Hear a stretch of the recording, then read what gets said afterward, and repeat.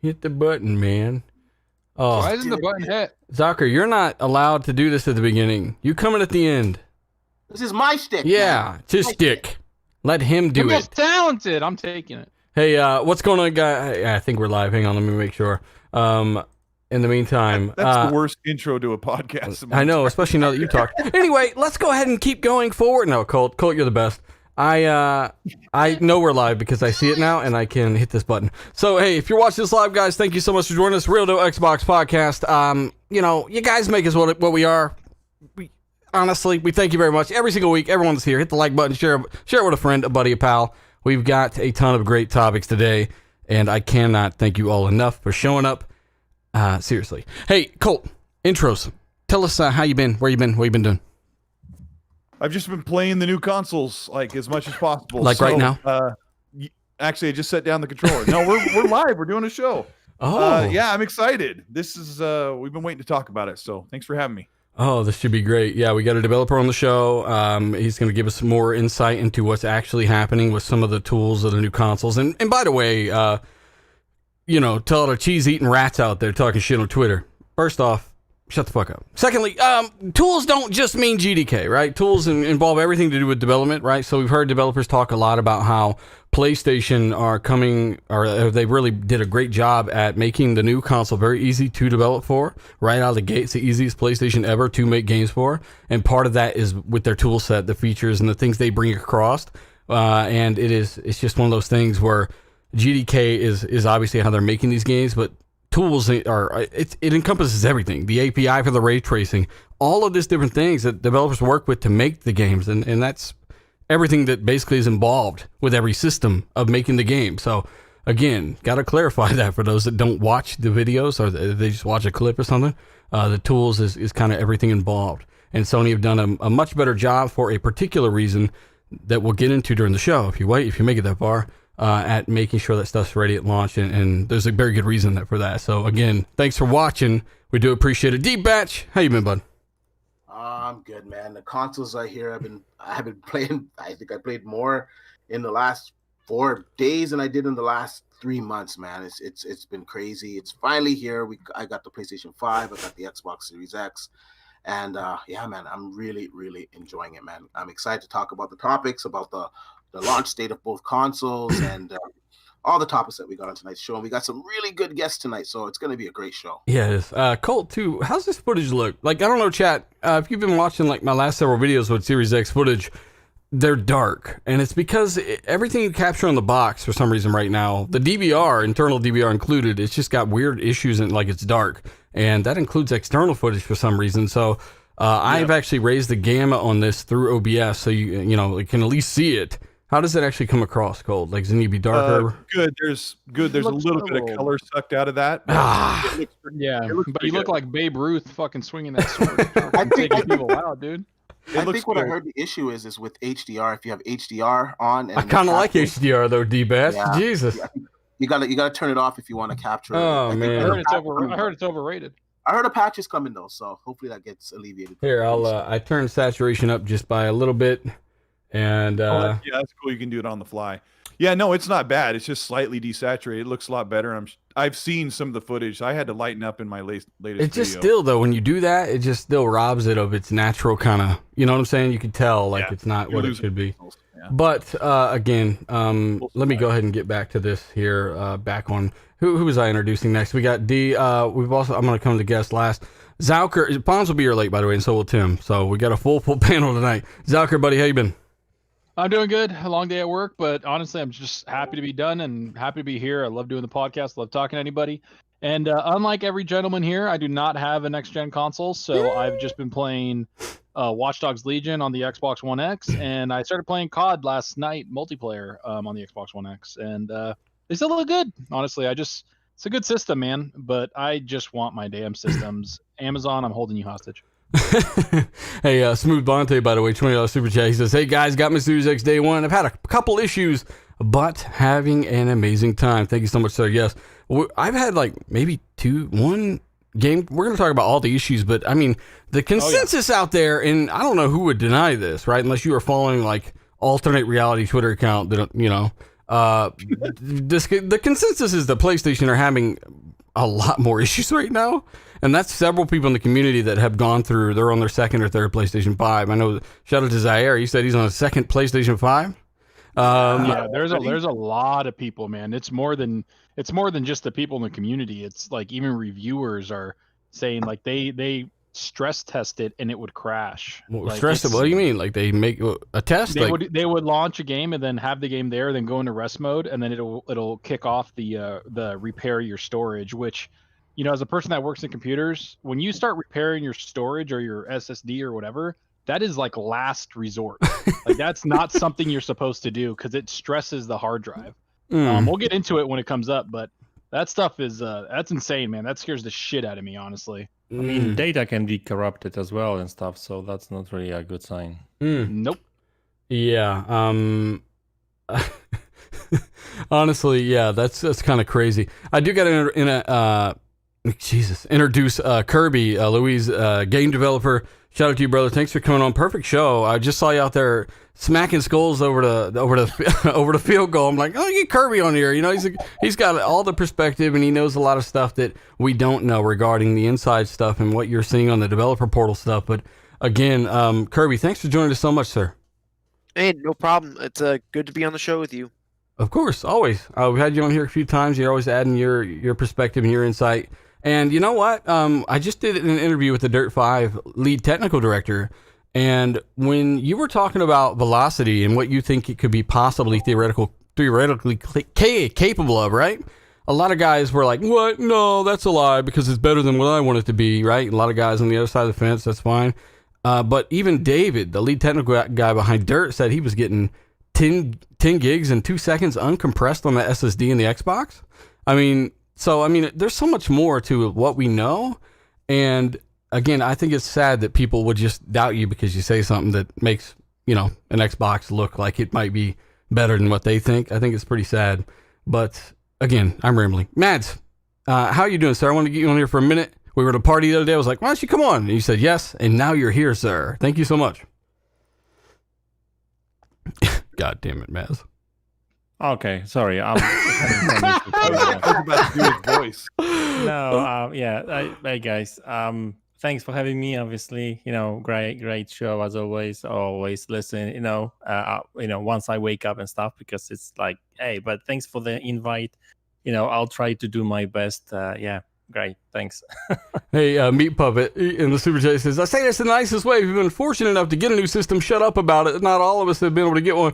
Man, that would pretty much make it very hard to do anything online right now regarding this space. So, I don't know. If you don't have a new system, like, hopefully you guys get one. But, yeah, you might want to tune out if that's the case because you are going to hear about it. And we're going to kind of give you our perspective, the few issues that we have had. We're going to talk about some of the other issues as well and the latest and greatest there. Also, James Keene, by the way, he says he's going to build a house out of PS5. He's going to build a house out of PS5s because so many have bricked. Oh, my God. There's Savage. And then we've also got Automatic. He says really enjoying the brick that don't. Oh, my. Okay, yeah, the brick that don't brick. He means the Series X. Yeah, that's crazy, man. PS5s have been, you know, bricking. There's been a few Xboxes that are brick, but I don't think it's anywhere near the same number.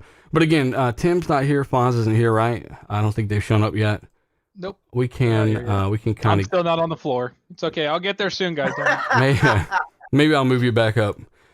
I do got to shout out real quick. Patron shout out to here. Thank you guys so much. Game Genie Prime, Slim73, Pink Orkbot, Costanza, Wayne, Scout Trooper 74, KY Baham, Wakanda XNT. That's Xbox News Today on Twitter, by the way. Goose 8402, DT Baggins, Straw Hat Khalifa, Bad Boy Live, shout out to him. Assassin Lupa, shout out to her. She's been playing the hell out of the Series X. Foreign Object, Gabqueeze, Teo, John Blue. Shout out to John. I wish I could do that to all you guys. Debater X, Beck Boss, Real Deal Nils, Suicide King, Tasteless Genie, Michael Bowen, Guillermo Cabillo, and also All Might, Alfonso Hogan, A Squad, AJ Hutton, Gaz, Dark CMF, and Nick Bodnoski. Thank you guys so much for what you do. Now we can get into the first topic while we let some more people file in. We were just talking about PlayStation 5 problems, right? And again, we will come and kind of touch on the Series X ones, very few that we've had after this, but again, the consensus is, Colt, that PlayStation 5, there's walls and walls of screenshots and videos of the stuff that's happening with the PlayStation 5, and it cannot be a coincidence. There's issues regarding the rest mode. There's issues regarding the graphical stuff that's flying around on the screen, kind of the glitching. Oh my gosh, yeah, looking like the game is about to just explode. What is happening here, Colt? Like, it's not even the worldwide launch yet, and we're seeing all this. This is what people got to consider, right? Yeah, Thursday is the global launch, so they're in 6 major markets right now. We're seeing we're seeing major graphical glitches where the GPU is just failing to work. I guess it's just you've got polygons and stuff flying all over the screen and big flashing dots. That's pretty crazy. There's problems with the rest mode, which can be patched out with firmware, where when it goes into rest mode, it doesn't come back out of it properly. There's a problem with external drives. Games running on the external drives are causing huge problems. There is the bug where when you install a game, it installs a PS4 and PS5 version at the same time, filling up your small 800 or 660 gig. I could have swore that OS was light and nimble. How come that's 600 gigs? What's going on with that? Yeah, so basically on a lot of these multi-plat games, you're install and the exclusive like Miles Morales, it installs the PS4 and PS5 version at the same time, and then default launches the PS4 version. So a lot of people are like, man, this Call of Duty looks fire, and they don't even realize they're playing the PS4 version. So the fans are out there saying, hey, heads up, make sure you're not running the PS4 version, and make sure you uninstall that and run the actual PS5 on your brand new console that you were lucky to get a hold of. I'd be pretty annoyed at that. It's like when we played Watch Dogs before the console was out. We were like, wow, this looks like an Xbox One X version, like no ray tracing. What's going on? Yeah. And we actually were, and Microsoft told us we were playing the One X version until the patch came out, and then we got the full version because it wasn't ready. But yeah, this is how it's launching. As far as the Xbox, I've heard from a couple of people the power supply has fried or has failed. Mm-hmm. What else have you heard from the Xbox? I've in terms of failures, I mean, aside from them saying Microsoft bricked some guy's console, which again is unsubstantiated. The personal issues I have my game. I've had Call of Duty Cold War freeze up on me. It froze my console, and I think today Dirt 5 froze Gaz's console. That's the two that I've personally kind of been present of, right? Yeah. And Call of Duty Cold War, by the way, it's causing problems on both consoles. Yeah, I don't know how severe the problems are on that console, but I when I was playing zombies, like you could tell it was some kind of technical glitch performance thing, because I was at rock solid 60, went through a door and 20 frames for like almost a second, and I was like, what the fuck? What is happening? What is going on? This probably didn't even do it on the base version of the console. And again, like, there's a reason we said last week's RDX, optimization, pandemic. Like, there's so many things people got to consider when you're talking about launch software. There's issues with a lot of games. We're going to get into the performance difference between on multiplats of the PS5. Yeah, we're going to talk about that here soon. Yeah, but for that, before we start that, I want to say, like, people are saying, oh, it's the same resolution and you're dropping more frames on the Xbox Series X. Well, the Series X doesn't look like your TV's about to explode. The Series X actually launches the correct version. There's some weird problems going on the PlayStation. Well, it's not even just that. Like I don't have a PS5, so D has been helping me. Like, we've been hunting.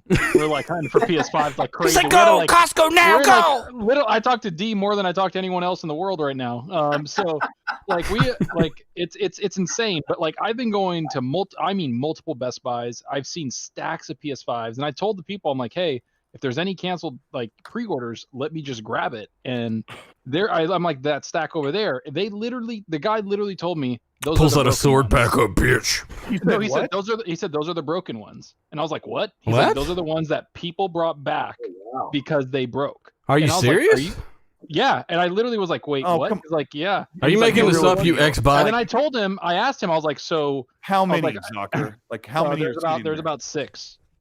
And then I was like, okay. And I was like, well, how about any canceled pre-order? I was like, I don't care about them. It's like, can I get a broken one? Shit. I was like, is there a canceled pre-orders? And the guy at Best Buy said, we are keeping the canceled pre-orders to replenish the people that bring in the broken ones. Wow. And I was like, okay. And I was like, is that a lot? And he's like, there's been far more broken PS5s coming in than I care to admit, and it's causing me an annoyance. Yeah, and that's what he said, because people are coming in pissed off. And it's like, and he's like, they break the day of or like overnight when they're playing. Like they're in a, they took time off of work and are playing all nighters, right? Like playing Demon Souls or whatever the hell they're playing. And he said that there's a lot of broken ones. And that was one guy at Best Buy told me that. And then at GameStop, they don't have anything to replenish them, and they've gotten a bunch brought back too. That really sucks. And I've asked him, is there any Series X's come in? And he said there's only been one Series X come in, and it was that power supply thing. And he said, I think a power supply or something broke, but he said that he thinks the guy like spilled something on it. And I was like, really? He goes, yeah, and he's trying to get it back for free. I was like, all right. Well, so you talked to a fellow Xbot at Best Buy. He's damage controlling. I did, but that stuff that's happening with the replenishing with the pre-order, 2 or 3 Best Buys told me the same thing. So I can't get a canceled pre-order, and then if I did, I'd have to like put a thing online because of the pandemic. They don't sell anything in store. Wow. They can't, and I'm like, cool. That sounds great. Wow. But I did a video on the problems. Like this is not a joke. Every time I'm on Twitter, every day there is like walls of posts of people being like, "What the hell is wrong with my thing?" And it's not even the worldwide launch. It's not. That's and Thursday. And I've muted like almost all these PlayStation diehard fans, and I'm still seeing a lot of fails. Well, it's the people. I have a PS5 sitting right here, and I paid $500 for it. I don't want to celebrate this crap that these things are. No one's celebrating it, but I'm just surprised. Like, I'd be super pissed if it was Xbox. Like, but now I'm kind of worried about it because I got a PS5 that'll be here next week, and I don't know if I want to plug that bitch in. Well, an update came out for the PlayStation 5 today, so I hope that it fixed those problems. I haven't installed the update, but the issues that I saw for Xbox. Well, my buddy, he actually got his system without a power supply. It legit had no power supply. What did you say? Yeah. What do you mean, like had no power supply cord? His Xbox. Wait, you mean it had no power cord?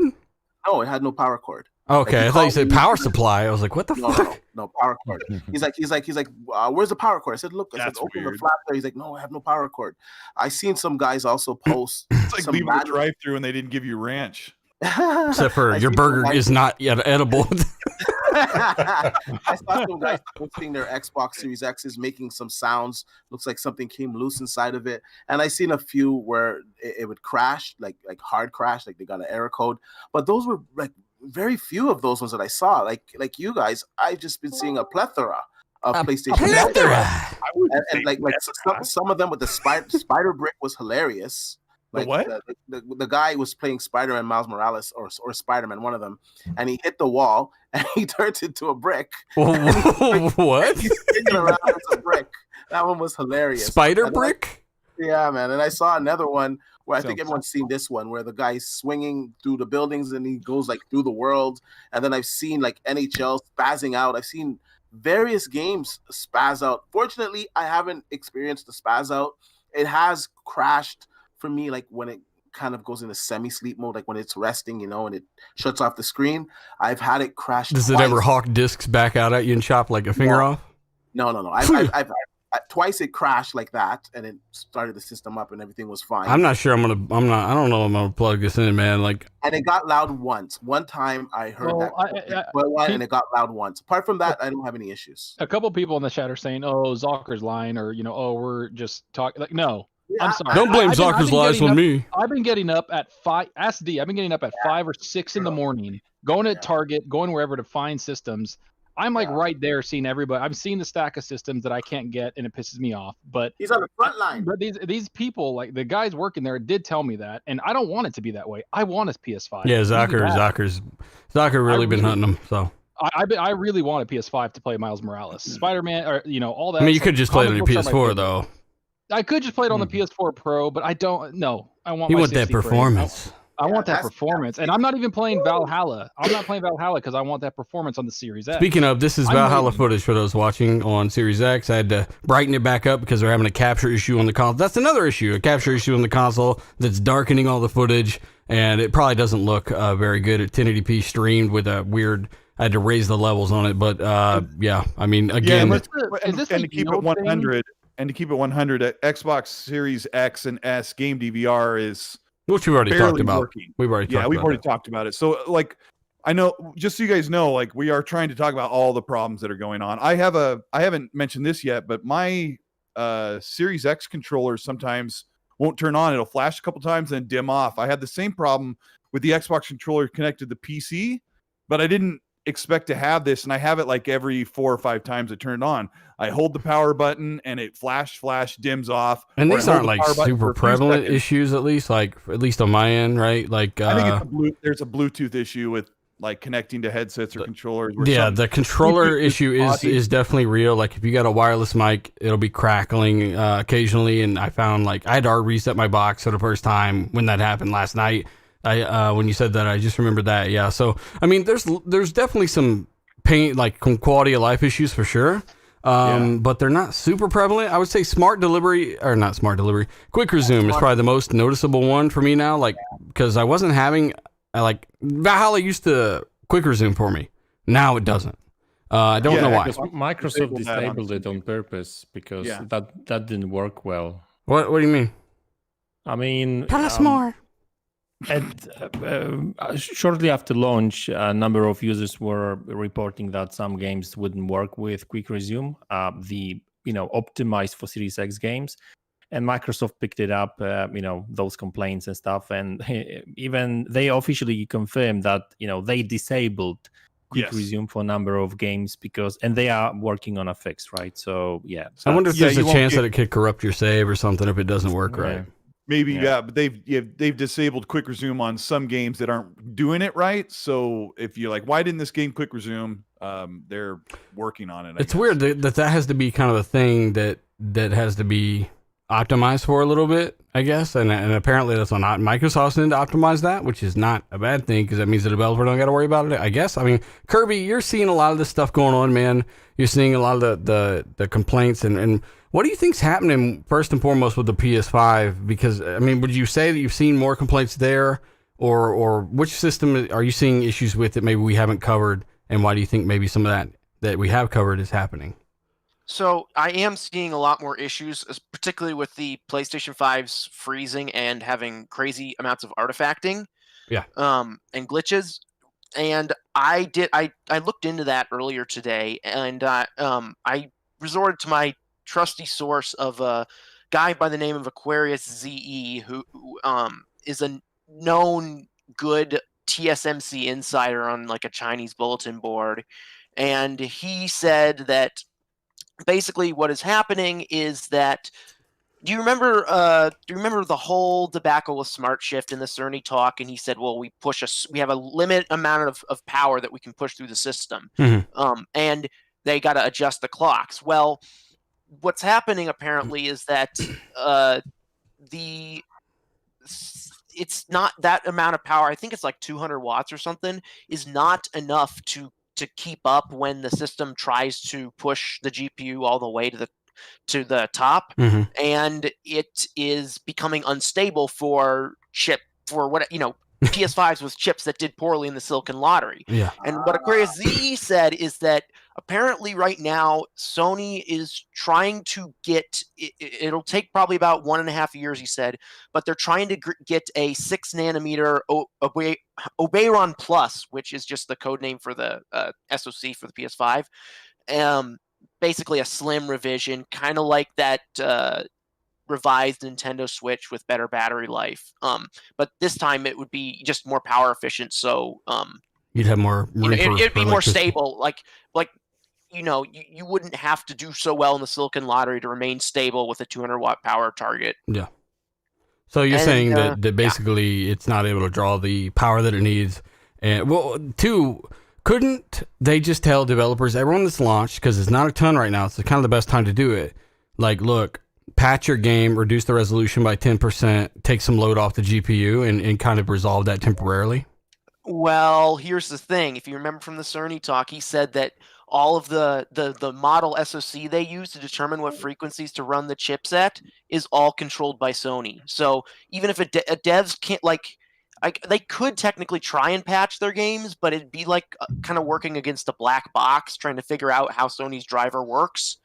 And you couldn't just patch your game to say like reduce resolution. Yeah, you couldn't just say running the game at 1440p, and because all of a sudden now the GPU is it's still gonna see the same workload and go, oh, I'm gonna try and run this at 2.23 gigahertz and still have all those issues. Yeah. And the only immediate like firmware patch Sony could do right now to fix all existing systems would be a downclock, and well, they definitely don't want to go there if possible. See, they might have to, but that's like absolute last resort if they have to go there, because that's going to look bad. Mm-hmm. And it's going to limit them for the rest of the generation, right? So, hey Kirby, I just want to say something real quick, because when they announced the 2.23 gigahertz, I just I'm not gonna lie, I was flabbergasted. For that to be inside of a console is like crazy. Like GPUs like on the PC that have a huge heat sink. D's gonna go now and press at the clocks. Yes. they're not achieving those clocks. I know, like it is impressive, man. It is. So I always thought, how are they going to get good yields? Because they really need good chips to achieve stable clocks at that speed. And then I saw some of the artifacting on some of those games, and you probably have better knowledge on this. In my experience, when I see that type of artifacting, that's usually something with the GPU. The GPU is just clocked. I actually had that before on my GTX 660 back in the day. I overclocked the shit out of that thing, and before I knew it, I was playing Dead Space and my screen just started just whatever the hell's happening there, like that started happening, and that card really lost a lot of performance. I'm not saying that's happening with the PS5, but yeah, I mean, I agree with Kirby. It seems like they need to take some of that load off of the GPU to reduce the power target there. And two, you believe it or not, there are people out there that still don't understand the smart shift thing, and they don't think it means actually choosing which side the APU to clock up and down. But David, the technical director, I just did an interview over on Game On Daily with Directx's technical director, where we got a ton of great information, and a lot I didn't even show in my last video. He talked about smart shift and said, he literally called it that whole smart shift thermal throttle thing, where not thermal throttle thing, but the thing where they got to basically put the power and all that stuff. What we've been talking about regarding the wattage this whole time, and that makes sense. You've got to kind of decide where you're going to put that stuff, man. Is Fonz here yet? Tim here yet? Tim here. Tim, you've seen a lot of the stuff with we're covering some of the issues, man. Have you got any issues with your Series X at all? And with the PS5, kind of what are your thoughts on what you're seeing there, man? You probably had some things that you've been thinking about it. Yeah, well, personally, I had a bunch of issues with my Xbox Series X. Did you?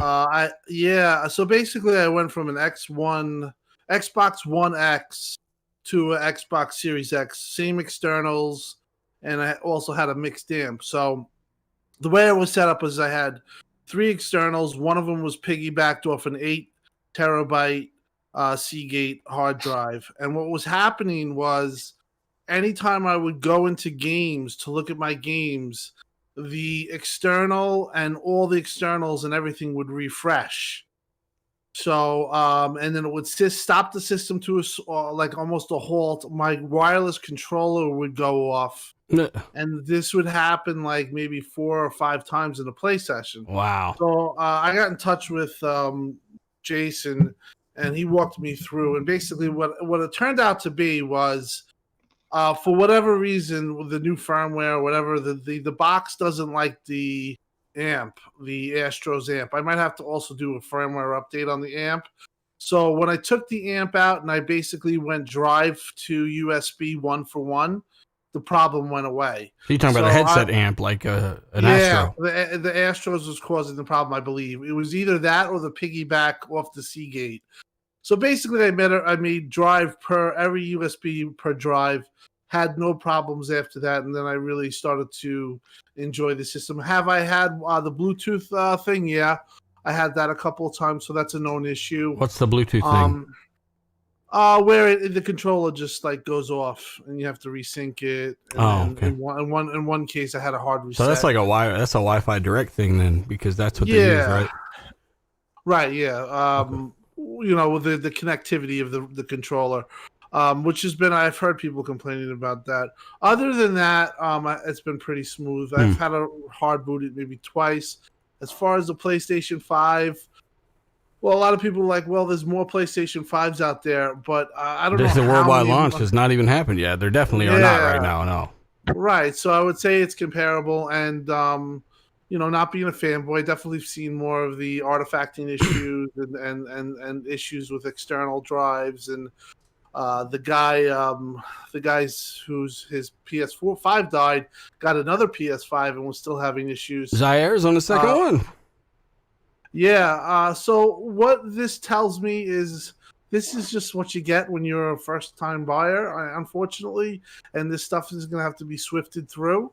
How widespread it is, I don't know. If we're talking about this in 2 weeks, then maybe it's a real issue, but I think just in general, it's going to take about a month to really clean out these consoles, and I'm sure we're going to go into the other stuff like the GDK and stuff like that. Yeah. But this is just a hot launch for both of them. It's a damn pandemic. Yeah, and it's kind of to be expected, but overall, I would say Xbox, aside from that, I've been really impressed as far as they're almost there. The UI is much faster. The whole system's much faster. Well, the pop-ins and all that'll be patched out. Like I'm not worried about that. It's more of the hardware things that freak me the fuck out. Yeah, you guys got to understand right? too. Like that's the thing. This whole box is controlled by software, and not only did a lot of these games barely come out, but a lot of them came out very, very hot or unstable. Like Devil May Cry is all over the fucking place on every. That's not well optimized on any console right now. There's no way it should be dropping down to 80 frames per second on PS5 or Xbox. Like that shouldn't be happening. So I mean, again, we don't even know if they're using 16 threads. Dirt 5 said that game sprang to life when they sent it to 16 threads. So again, there's so many variables to all this. I don't think anything's particularly amazingly optimized. The proof really is with that Dirt 5 developer, just to name one, who said that we have to learn about RDNA 2 GPUs. We have to learn how to leverage these features. We're not using any of these features except for BRS on our game. And that's kind of the story is like, look, I think Richard from Digital Foundry said it himself. Like, if you can take it up with him, I guess. He said the Xbox Series of consoles are forward facing, meaning they're new shit. And they got a lot of new shit that will become kind of leveraged over time. And I think that's proof by the fact that you've got no games that leverage more than one of these features that are kind of RDNA 2 GPU or architecturally based with the Xbox. That, you got two games that use two of these features. I just don't understand why the confusion's there in the first place. But again, Mads, have you had any issues? And I'll stop at Mads after this, and if anyone else has anything they think of. But I just want to make sure that people in the chat know what's going on with the consoles on both sides. Just like we did with the Xbox One X when we had a few issues, just because you guys are looking forward to it. And again, you checked out our reviews. We love the thing. We're just letting you know the little things that have happened. And shout out to the 2,200 people in the chat, by the way. Thank you guys for joining us. Hit the like button if you haven't. Share it out. We do appreciate it. You guys are amazing. Go ahead, Zach, and I'm going to throw it to Matt.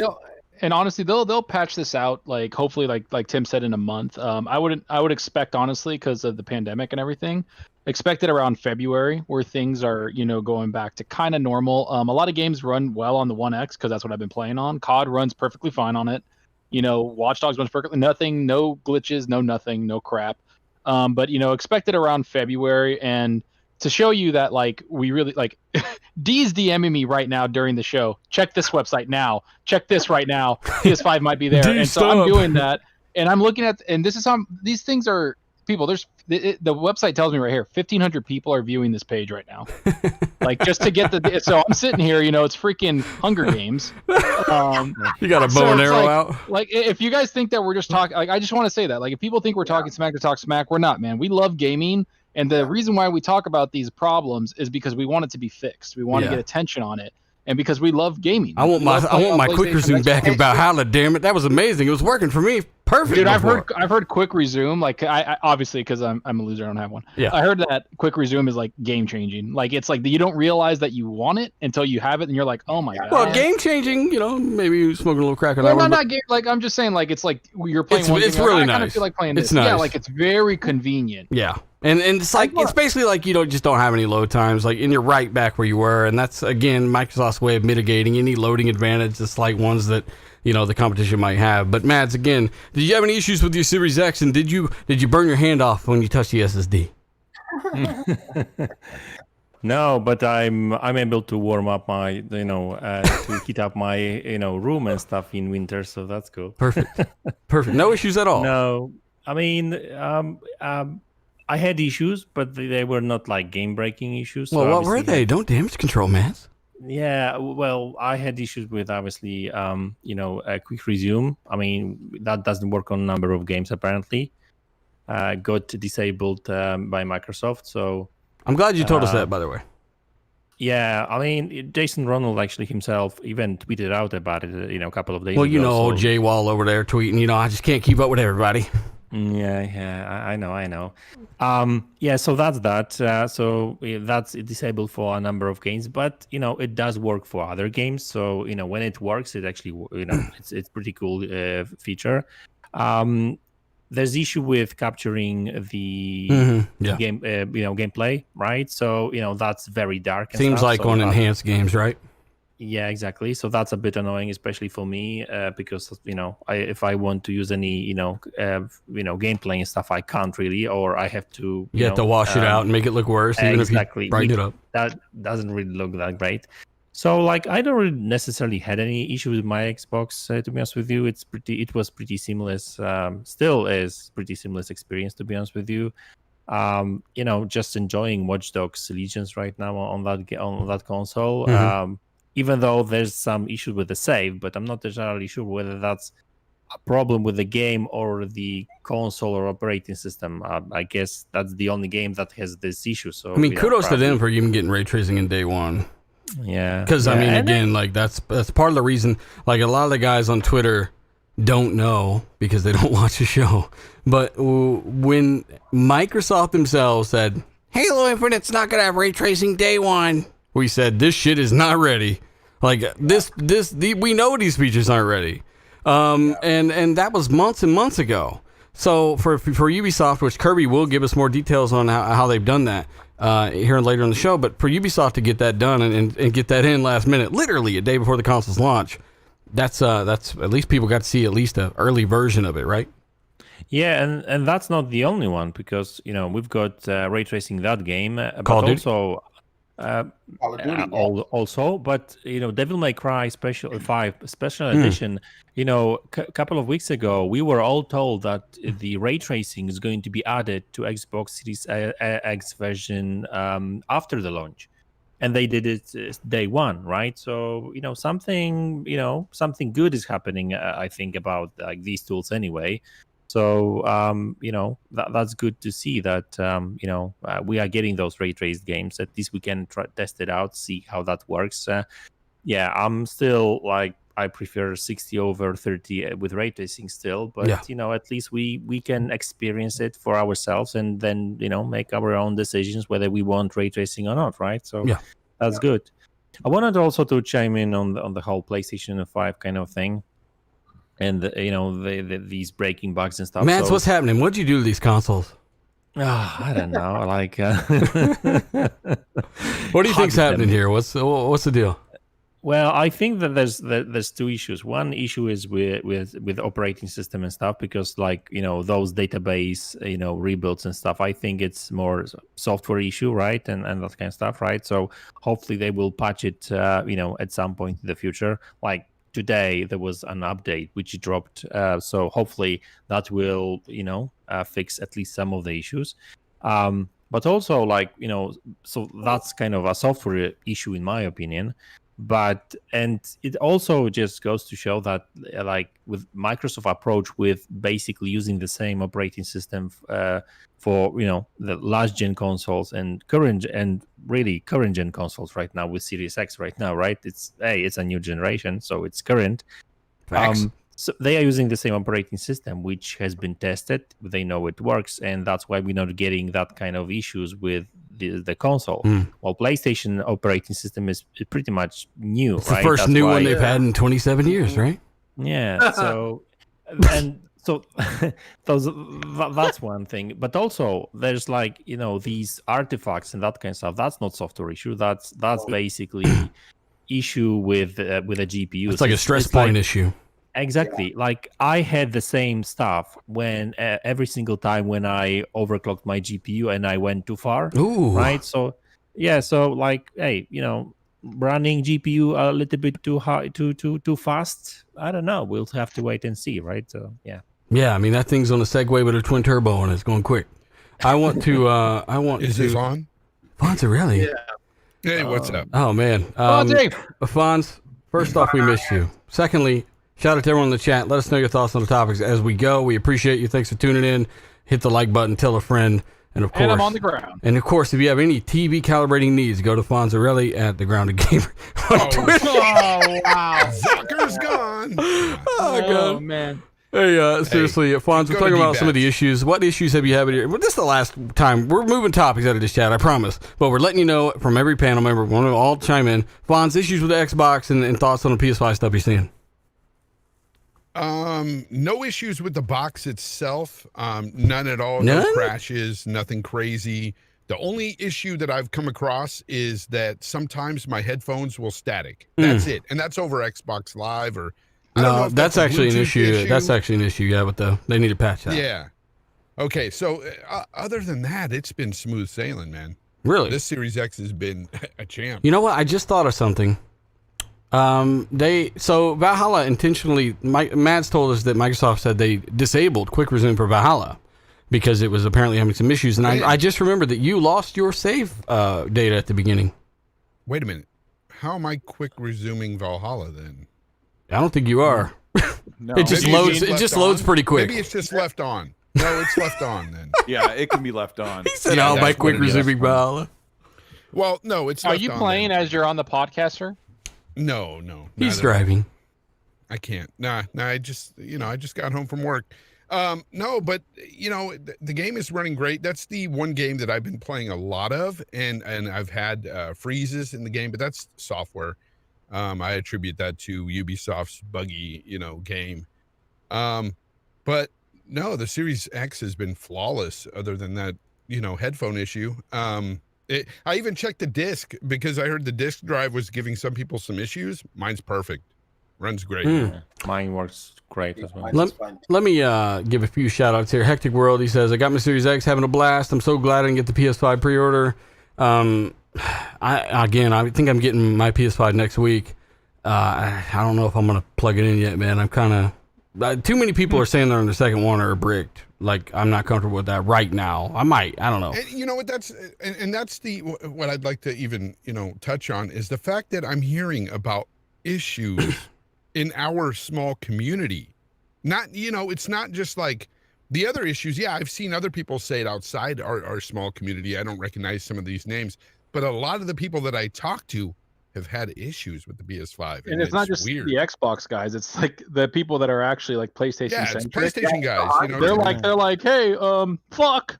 Like you're just So I like, don't know what's going on here. Like, I'm not going to speculate. I'm not a tech guy, but all I know is what I see. There's problems and issues on both sides, but a lot of this stuff, I'm seeing it coming from the PlayStation side, and I'm like, why? Well, let me give a few more shout outs here. RDX Master Keef. I like that name. He says, got my Series X today, downloading stuff now. Thank you so much. And once again, RDX Master Keef says, lower latency is next gen, not haptics. I mean, it can be defined by what you like, right? Ray tracing, load times, frame rate, like you decide. The fidelity's pretty high either way. Gaz, shout out to Gaz, is genuinely nervous about my PS5. No crap. After Zauker, he said also Zauker's a problem. I gotta ask you real quick though, dealer. really, my G? What is confirmed to be the headphone issue anyway? Is it Bluetooth? The box doesn't have Bluetooth in it, so you might have a Bluetooth dongle, and that might it's just software. It's just software, I would imagine, like everything else we've seen so far. Cloud Practitioner said the PS5 is outbricking the Series X. Congrats! Oh my God, we don't want anyone to brick a Cloud Compressor. I know you don't either. Nope. Viper XMT says, "Where's the PS5 beta test over?" I want a PS5, damn it. I can't find one. Yeah, I've tried to sit in those queues and stuff. We'll let you in a few minutes. As soon as I get in, they're sold out. Yeah, like, I mean, I paid $600. I paid more than do it. most of the Sony guys for one. And I don't, again, I just want it to work. Smooth Bonte again says Assassin's Creed Valhalla first boss fight, restarted his console. And Cold War restarted his console. Damn. And his controller, he's having a lot of issues. So shout out to Smooth Bonte. Right. Let us know if you've had any issues, and we'll know if they're real or fake, you frauds. And any motherfuckers in there. Yeah, I got a buddy whose COD shut his console down. COD shut mine down completely. Yeah. So I have a couple friends now because of all the problems on both consoles. They're just not even getting them. They're like, I'm going to wait till December or January. I'm like, you're not going to get one then, dumbass. They're like, why? I'm like, it's sold out. What do you mean? You're going to get one. You're going to probably get one in the summer. That's when you're going to get yours. So EG Kenta says it's just a theory, but the PS5 issues could be the over-enginered rumors. I don't know about that. I mean, I think he's talking about the yield, the thing where the rumor of it running hot, of it having problems, and like that's why they were so like quiet and didn't give out to reviewers and stuff like that. Could be. The friendly neighborhood Blue Shell, by the way, says, well, Matt, I guess it will be safe to get a PS5 in 2023 and a Series X in 2021. Yeah, maybe. Yeah, you couldn't get one either way if you tried right now. D, what were you saying? No, I got into DMs before, and I just didn't want to talk about it because it's like everyone's just going to downvote and they're just going to scream bias and all kinds of crap.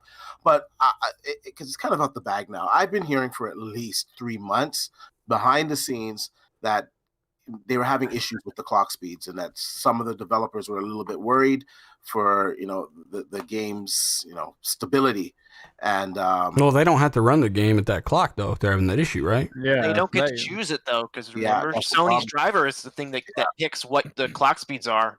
Oh, they don't get a choice. Well, Kirby, could they downclock then? Like send a patch out? Sony could down. I was saying this earlier. Like Sony could downclock, or change the model SoC to I don't know, only 2 gigahertz max. But the flack that they would get for doing that, like especially less than a week from launch, would be that's like a last resort for Sony. Yeah. And it's system wide. Go ahead and brick consoles then. Great. Kirby, can you really fix that with a updated driver? If something is running too high, I mean, too fast and overheating, can you mitigate those issues with a driver update? For sure. If you tell every dev, maybe. If you mess with the model SoC, what I imagine the only solution Sony could do is tweak the model SoC in such a way that technically it still can go up to 2.23 on the GPU, but in practice it'll never get there. But then at that point it's only a matter of time before a dev kit leaks or the console gets hacked, and then the sys clock is ported to it and the truth comes out. Okay, so you're talking about a driver update that would actually lower the clock speeds. That's what relieve the stress on some of the issues. Yeah, okay. Well, you would do that by changing their model SoC power distribution thing. Yeah. Yep. It'll be like going in the BIOS and stuff, and basically trying to stop the overclocking of.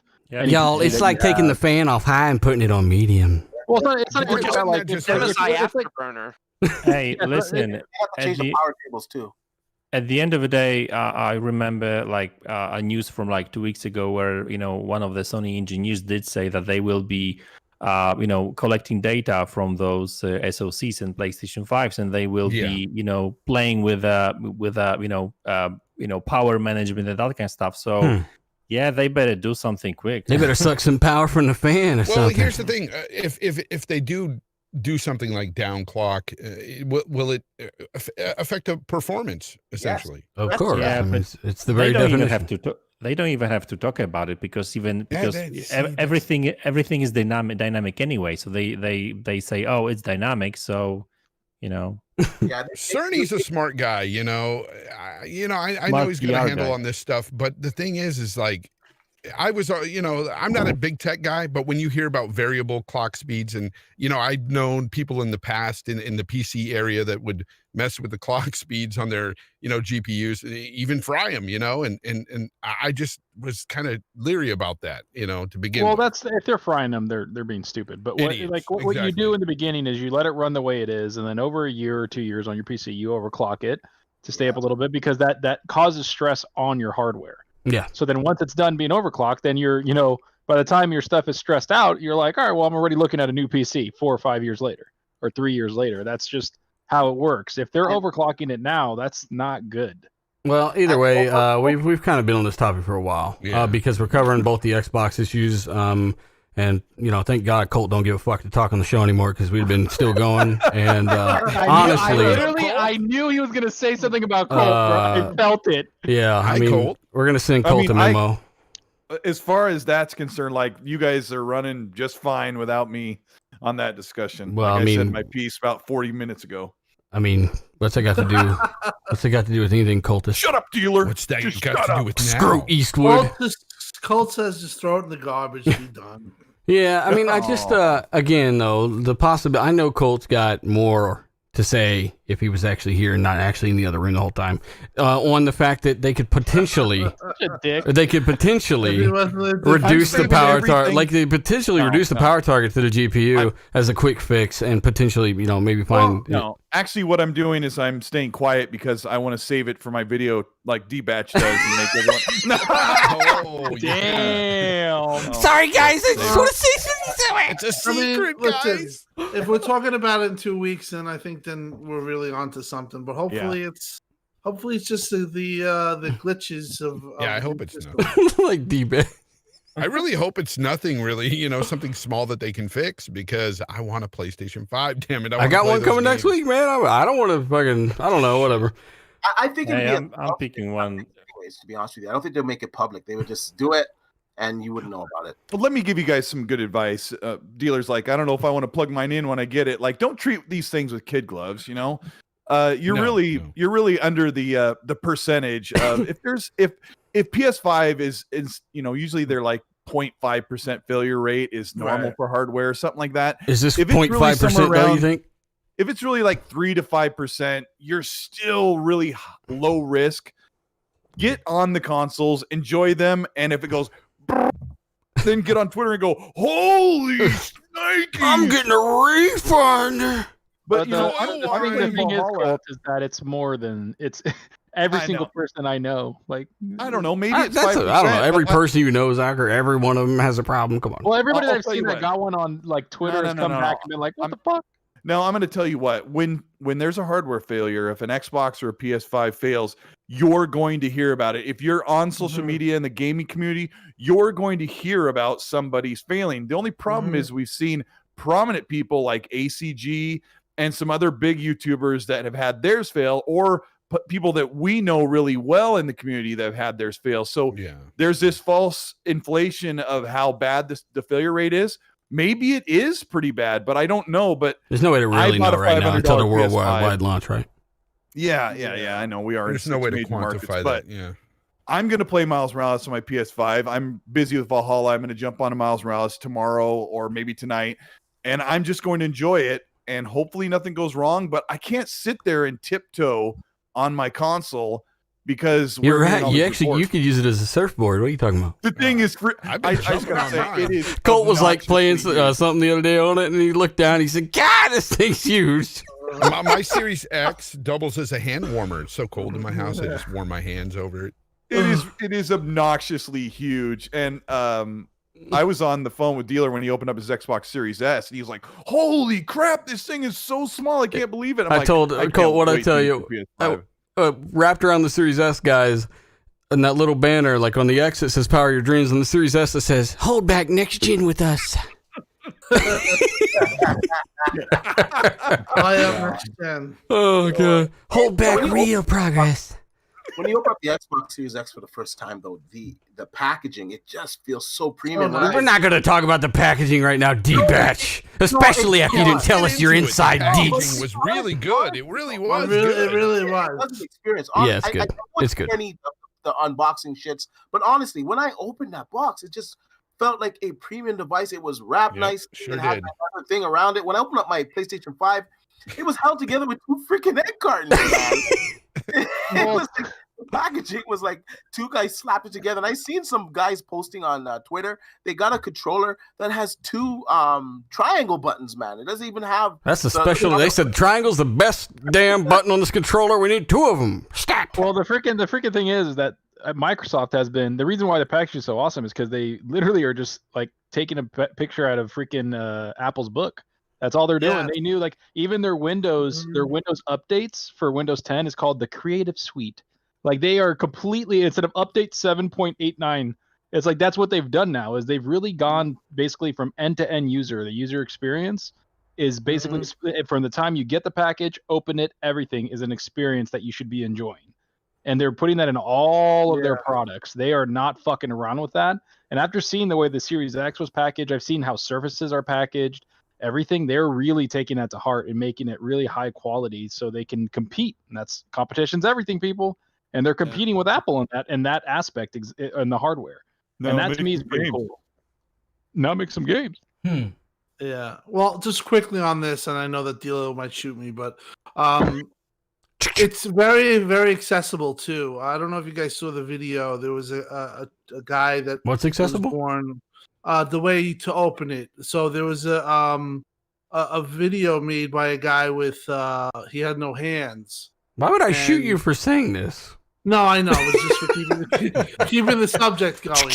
But no, and it was really heartfelt because they basically have 3 pieces of tape that hold it open. So all he had to do was cut it open, and he was talking about how he was very impressed that that it was so accessible, how well it was done. Mm-hmm. When you cut those 3 pieces of tape, the console basically opens up. It flies out at you on the spring. Yeah, and I thought if you guys can get I had posted it, but look on it for YouTube if you get to see it. It's a really good video. I recommend you watching it. He's awesome. Yeah. And it's just nice that Microsoft actually, really, I believe, was thinking about stuff like that too. Yeah. Let's talk about the Switch packaging now. All right. So, again, guys, if you're joining us over 2200 watching live, guys, hit the like button. We do appreciate it. Show a friend, and let us know your thoughts as we do move along. That was kind of all of our thoughts on the issues, which is kind of the topic of the week. And unfortunately, even though there's not a worldwide launch for PS5 right now, I think it's hard for anyone to deny that you're seeing many more issues there. And that's what we think they might do to fix it. Why we think, it's ultimately not probably a big deal. Hopefully they do release a patch. I think Kirby gave a pretty good explanation as to why they might get away with that. I'm not sure yet, though. In terms of performance between the boxes, as we talked about last week on Monday, we did a Monday show for the midnight launch instead of Tuesday. But we talked about this before there were any comparisons out there whatsoever or any knowledge of how these games will perform versus PS5. We said this a week ago that we do expect a lot of games to either be parity or have some kind of optimization issues of the damn pandemic. And we know that a lot of the features of RDNA 2 and even some of the development kit stuff is behind. We even said this with Halo Infinite was confirmed not to be coming at launch with ray tracing back when it was supposed to launch this year. We said it then months ago. It's amazing that a lot of these guys on Twitter still don't know this stuff, that this stuff is behind. And as Digital Foundry said in their review of the console, it's a very forward-facing box, meaning you got features that will be leveraged over time. Think of it like a lot of TVs today don't have HDMI 2.1, right? Just as a small example. The ones that do are able to leverage some features and more things can come from that bandwidth. But at the end of the day, the analysis are not as good as we would hope, even with some of that stuff happening. So Devil May Cry, and again, anybody, correct me if I'm wrong on some of this stuff, Devil May Cry is a cluster, as I said earlier, not well optimized on any console right now, but won 3 of the 4 modes on their comparison, correct? Versus the PS5. The high frame rate mode is the one they lost somehow, even though they got a faster CPU. Is that the case? They do have ray tracing on the game, though. They did manage to get that in when a lot of others did not. No one? All right. Also, I'll tackle that. you're pretty far away from your mic, D. Can you hear me now? Yep. Yeah, I'll tackle that one. No, that is the case. But once again, we said it's the tools. Like there's gonna be some launch day woes. In all honesty, Capcom, in all honesty, their games are never the best optimized on Xbox. Anyways, let's just be honest about that. I've heard more than one show say that. Yeah. Yeah, I would think over time, I would think maybe in the next week or two, we're going to see it patched. And I think some of these outlets should revisit that game and to see if those problems persist. But Xbox One, most of the modes, the frame rate mode was weird because in theory, their GPU's more capable, their CPU's more capable. It should perform better, especially in that mode. So I would think that's an optimization thing and down to the tools. It's impossible to actually have a smooth experience with that game unless you have VRR, which sucks because most people, even on the Xbox, do not have VRR or FreeSync, right? So, I mean, you're sitting there at 80, 90 frames, 100 frames per second. The displays are not refreshing at any kind of rate that's divisible by that, right? So you're getting a lot of tearing, a lot of judder, and that I just don't understand. Why the fuck is Capcom would you not have at least one mode with a 60 FPS lock? It makes no sense. It makes absolutely no sense. No, it doesn't. And I think it's going to be a situation where, like, maybe even this week on the weekend, it gets patched. Just like Resident Evil was the same situation. Then it got patched, and miraculously, it was running the way it should run. You remember when Xbox. people were trying to say the same shit when Resident Evil 3 came out, and then they were running at native 4K versus like checkerboard 1800 or whatever it was on the Pro, and the Xbox wasn't having as good a frame rate most of the time. And they're like, "We told you the Pro wasn't as weaker," and we're like, "Hey, that's like double the pixels, buddy." And Capcom could literally drop the res. Are you a developer? No, but I know how this shit works. So they dropped it a week later, and these guys, it's like they don't have a memory. I don't want to harp on that, but there are things that you can do for that. This is a giant wolf dog, by the way, if you're watching. Well, I could say, Trapped in the water.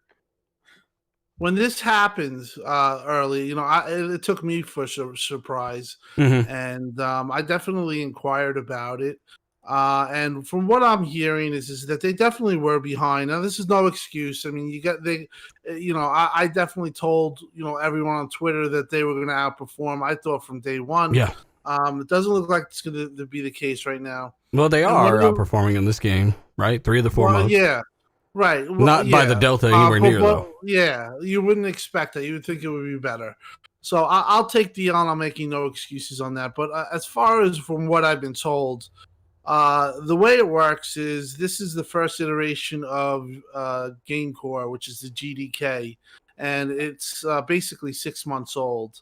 And that's when they got the games that they were working on, 6 months old, from current gen ported to next gen. Yeah. So what will happen is over time. Hang on, I can predict what. Hang on, there's somebody typing right now, Tim, and I'll come right back to you. But just because, like David said, the Game Core was sufficient he said he did agree that it was in its infancy, right? I asked him this on the interview. He did agree that it was in its infancy, but that the tools that he wanted, or some of the tools he wanted, wasn't there. Not like big, massive issues. But not every developer needs the exact same tools or uses the exact same method, right? So, and two, something like we'll let Kirby talk about here soon, DirectX Ray Tracing, that's an API. That's considered a tool for development. You need that, right? Not only for obvious reasons. GDK itself isn't the tool we're talking about, right? It's just one of the things they use to, it's made of tools. That's my point. So games are made differently across different engines. So go ahead. Well, I mean, I just want to explain that Right. or tools isn't just GDK. We're talking about a lot of different things here. Right. And the GDK, which is Game Core or whatever, basically gets updated from what I'm told in the winter and in the spring. Yeah. So right now, you're probably they're going to get a big update this winter, and then you'll see games running off of that coming out 6 months later, and then they'll get another big update for the spring.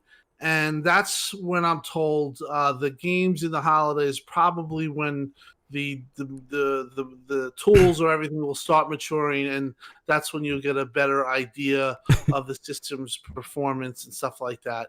But no excuses, like I said, I would think right off the bat, but that's not the case. And like I said, I hearing it's going to take a full year for you really start to get where it makes sense, I guess. And two, the delta that we've been talking about on the show, and really me, right? I don't want like people, these guys get blamed for this stuff. This is talking about like obviously not in the condition that they're in right now with the tools and all this stuff, but obviously also leveraging the features of the GPU, which the Dirt 5 developer said we have to learn this stuff. We're not using them, any of them but VRS. And also, Tim, will this GDK make stairs work in Assassin's Creed Valhalla? Because that shit just, the staircase I just tried to go up did not work, and I had to climb up the side of the damn stairs to get up the hill. Yeah, I just wanted to chime in on that as well, because we're talking about like future updates and whatever, right, of the actual tools and stuff, and that's cool. But the issue here we are having, and that's not only with regards to Xbox, like I would say, like with both consoles really, is that I think that these developers really need to iron out some of these games anyway. And I'm not even talking about pandemic. Taking full advantage of the console, whatever, right? Because that's what Team Doc was actually referring to, like with those new all the tools and stuff, updates, yeah. But like take Assassin's Creed Valhalla for example, right? I mean, it's pretty much almost 60 frames per second locked, almost, right? But then you've got these frame rate dips and screen tearing, right? That's what they need to iron out, because this is kind of like it's not really the best experience, I would say, especially if you don't have TV that supports FreeSync or VRR, right? So I don't expect like any of these games like to really do great things or whatever, right?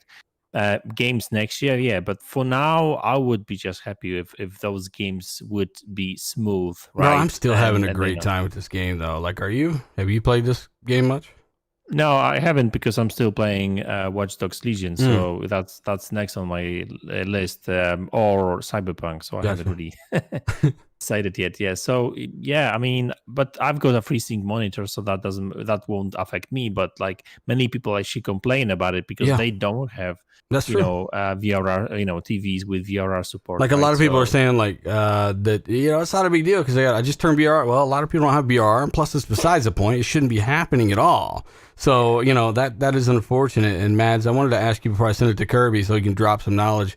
Do you remember throughout the year, right, talking about PlayStation 5 development kits and how they're out there and we've seen them and nobody's hearing from the Xbox stuff and their dev kits aren't out, and then we find out, they waited because they wanted to include all the RDNA 2 features. We talked about this a lot. These dev kits for PS5, and people are talking about the tools will improve. Yes, the tools will improve on both sides. If you actually watch the damn video, we literally will say this in the videos. Every console is going to look better in time. But fact of the matter is, PlayStation 5 is in a much better place because Sony planned ahead for this. For one, they were further ahead because they had the chips with what was meant to come out in 2019. And is doing something phenomenal in 2020, right? Like it's still holding up really well. But at the end of the day, the tools and the dev kit, and we've heard developers time and time again on interviews talk about why it's so easy to develop for PS5. All that stuff comes across really easily. Yeah. And, the Xbox stuff is just, we're not hearing that as much. Yeah, because basically from what I've heard, right, from many people is that like PlayStation 5 dev kits and all the tools, because it's not about only dev kits, it's like all the, tools. These are basically pretty much the same tools that, came with PlayStation 4 and PlayStation 4 Pro, but updated, right? So that's why it's very easy to port the games for PlayStation 5 and create new ones as well, because these are pretty much the same tools.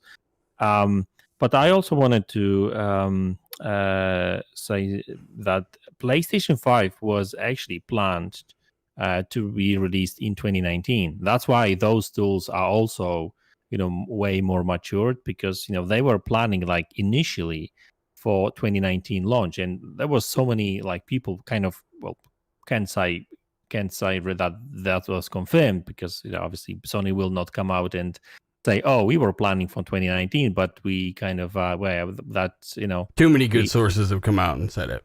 Exactly. So that's another thing, and also just last thing on these consoles performance. Like, listen, couple of months ago, I was kind of annoyed about the fact that Ubisoft said that, oh, we don't really know whether Assassin's Creed Valhalla is going to be 60 frames per second, even though you guys on podcasts, and including myself as well on my channel, I was saying that there's enough power to run even big open world games at 60 frames per second, right? And voila, 2-3 weeks before the launch of these consoles, Ubisoft confirmed that we said it'd be doable on PS5 and the Xbox. Yeah, exactly. And they confirmed that it's going to be 60, and it is 60, right? But Mads, when they didn't confirm it, and even when they didn't deny it, the same guys giving shit now about this fucking Delta thing, we're saying you guys are wrong. You didn't know what you're talking about. It's like, I just ignore them. Like,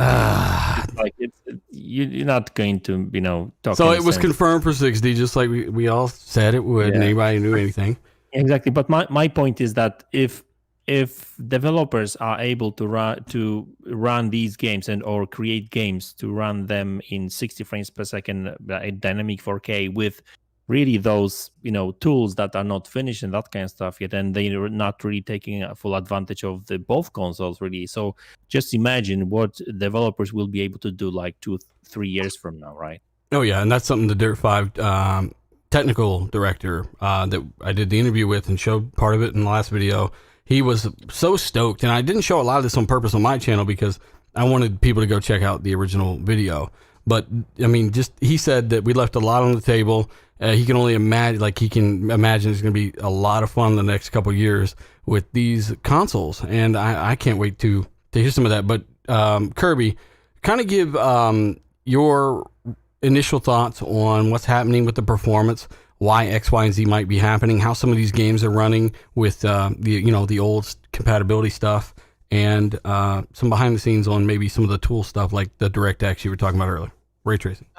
So first off, there is not a single game that I would personally consider like fully optimized, and that would mean it is using all of the new DirectX 12 Ultimate features, bar ray tracing, because ray tracing can actually be a performance hit. But so that would be mesh shaders, sampler feedback, variable rate shading, and that's it. And and I guess the stuff beyond that would be DirectML Super Resolution is not in play in anything yet. Yeah.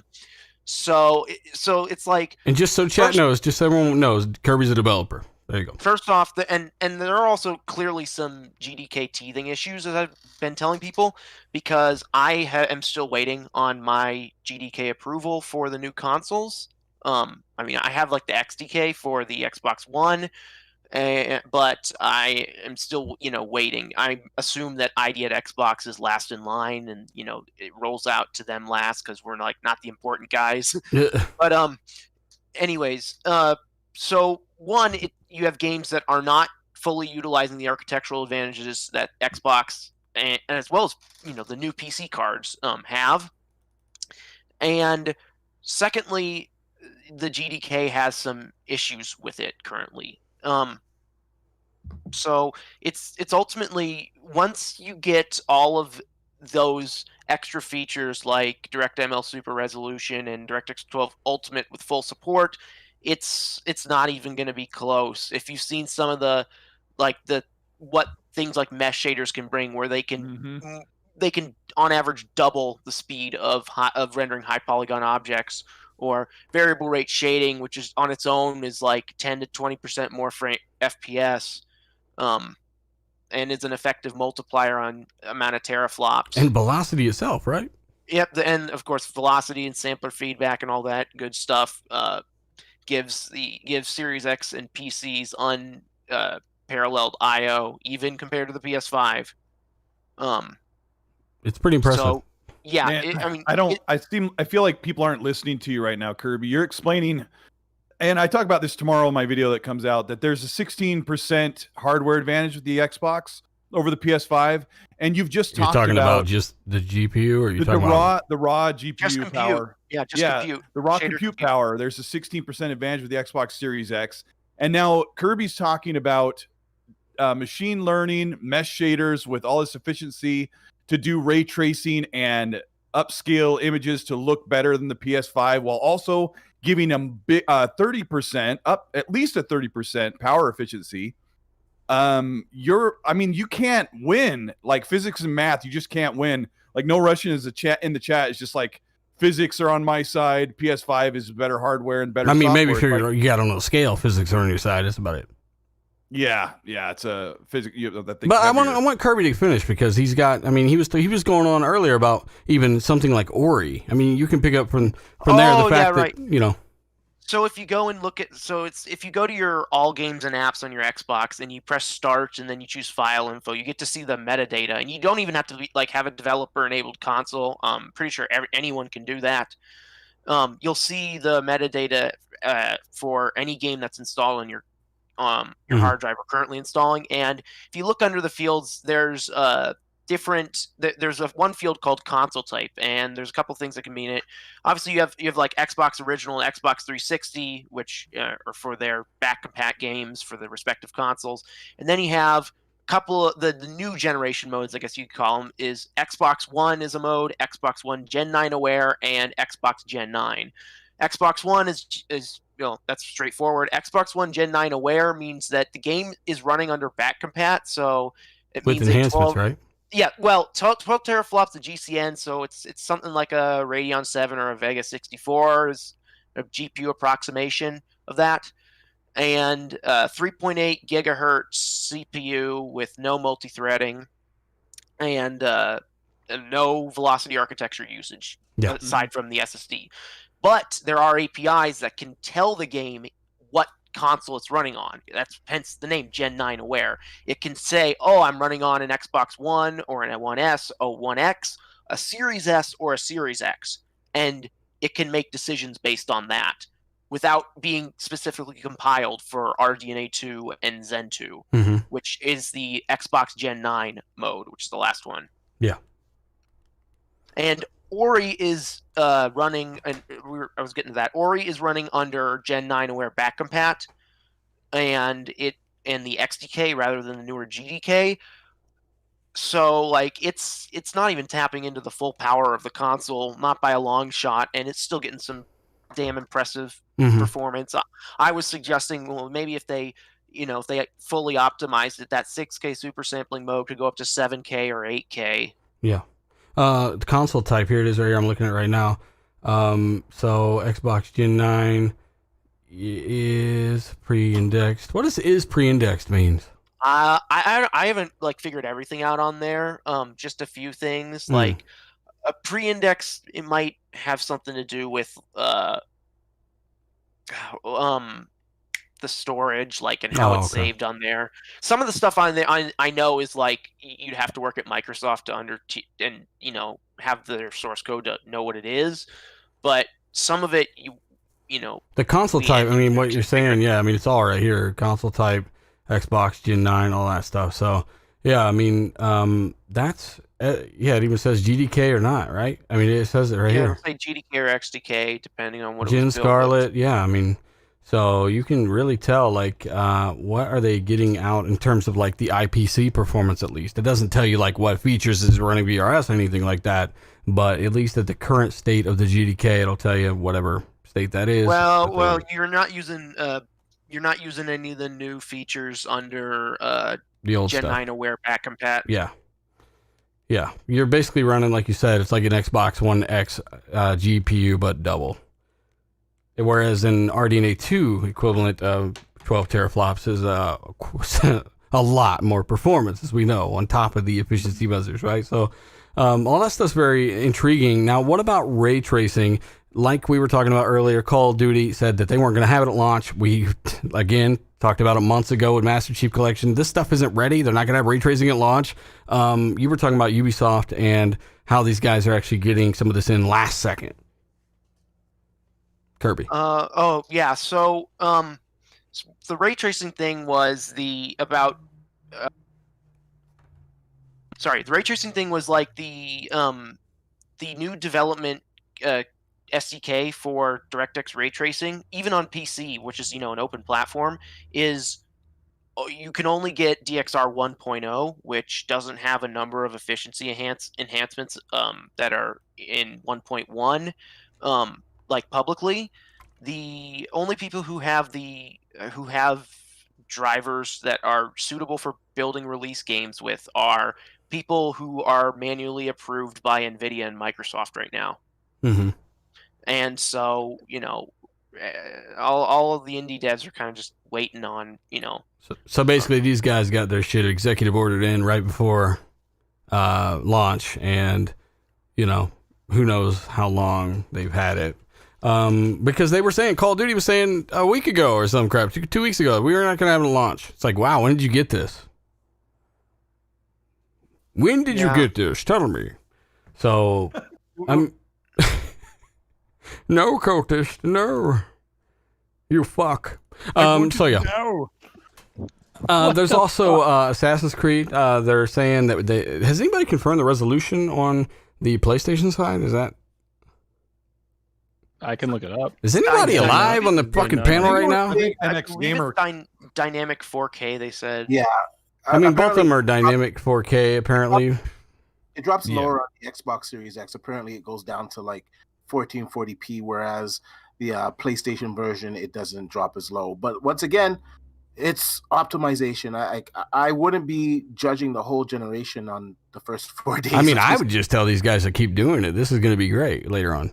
That's the weird thing. Like when you look at something like that, where the Xbox is running at a lower resolution or is dropping more frames than a slower or less powerful PS5, they're like, "Ha PS5 has a power crown." It's like, do you realize what you're doing? Like you're doing the same thing you did with Assassin's Creed in 60 frames. Shut the fuck up. Yeah, like this is. People have to understand this is going to be a long generation. This generation will last at least 6 years before we get another console. 7, 8 years at least, I would say. It could, yeah. So I mean, if it lasts just 6 years, in a few months, if this starts turning around, like these guys are going to have to put that foot back in their mouth for 5, 6, 7, 8 years. I don't think they care, man. These guys can, yeah. I don't think they. What's going on with what's going on with What's going on with Observer though? I'm going to say one more thing. Good. If anyone doesn't believe about that things are going to get better, as time goes on, I want you to go listen to the music on Super Mario World and on Donkey Kong Country. Both Super Nintendo games, both use the same Sony SPC 700 sound chip, but one is a launch game and one is is like many years later, and you'll definitely be able to hear what happened in 4 years of learning development for the system. So, and again, like everything's going to get better on every console over the time. We're just saying that there's more forward-facing features here that aren't even on PC right now. And, as the Directx developer said himself, the lead technical guy said himself in the interview, we have to learn these GPUs and these features. So there's a lot left on the table. I think the moral of the story is that I think the moral of the story is... I actually enjoyed Crackdown a lot more than I thought it was. I was not looking forward to that at all. My review was like, hey, if you're going to talk shit, because I kind of like Crackdown a little bit, like, fuck off. But Observer, what's going on with that? Does that have ray tracing on one side and one on the other? The Xbox store is saying it has ray tracing. I haven't got a chance to boot it up yet. Nobody knows? I don't know. I have no idea. Well, y'all motherfuckers need to eat some fruit snacks. What the fuck? Hey, Fonz, where you at? You're asking questions we don't know about, bitch. Why don't you know about some stuff? Use Google. What's the square root of 5? Let me throw a bug snack your way. While PlayStation guys are enjoying their victory over Call of Duty Cold War, what was the victory? What their victory is that it doesn't run marginally better on the Xbox, or it runs better on the PS5, but yet Call of Duty Warzone runs at double the frame rate than the PS5 on the Xbox Series X. Is that a 60 FPS delta right there? Yeah, and it's the same engine. Like, unless you're gonna tell me, like, I mean, isn't it the same engine? D knows this. Yeah, it's the same engine. It's the same engine, and I know Call of Duty Warzone is a year old and Cold War is brand new, but we know Call of Duty, they make a new one every they build one after 2 months and they just get started on the next one. So Hey, you know, Rocket they're out here League saying, apparently. why is Call of Duty Cold War running better on the Well, on look. PS5?" Somebody messaged like- me. Somebody messaged me, and it's going to be like if there are games, it'll be older games that you might see some of the stuff on too. But somebody messaged me with Rocket League too that had a 120 mode on the Xbox and not on the PlayStation. Which you know, again, I don't know if this stuff. I don't think it'll be patched in later because they've been working on the patches and they had the PS5 dev kit according to them longer. But again, that's a 60 FPS delta right there. Even though my delta was more in like, hey, if they're at the same resolution, same settings, you should have this much performance left over. So, I mean, right now we are hearing more 120 FPS games on the Xbox side, which, you know, that's kind of interesting, but I'm going to let those stack up and we're going to wait a little longer. And even though all the power's not there, we'll keep kind of letting those stack up before I start hammering people on the delta. And of course, that should be fun. I'm just saying that time changes things, and looking at the features is pretty obvious. Nobody knows about Observer, right? Like, Nope. okay, hang on. Somebody just sent me something on Twitter. It should be fun. I do know that one possible, I'm not entirely sure how likely this is, thing is because there are no HDMI 2.1 capture cards currently, Facts. you have to, you know, and the PS5 doesn't support 1440p output. The only way to capture 120 frames per second for analysis is with 1080p mode. And I know on the PS4 Pro, there are some games where if you set to 1080p mode, it will enforce a 1080p internal resolution cap. And if that's happening here, well, then it's not comparable because I know that on Xbox, the output resolution is not tied to the internal resolution at all. I don't know how if that's true.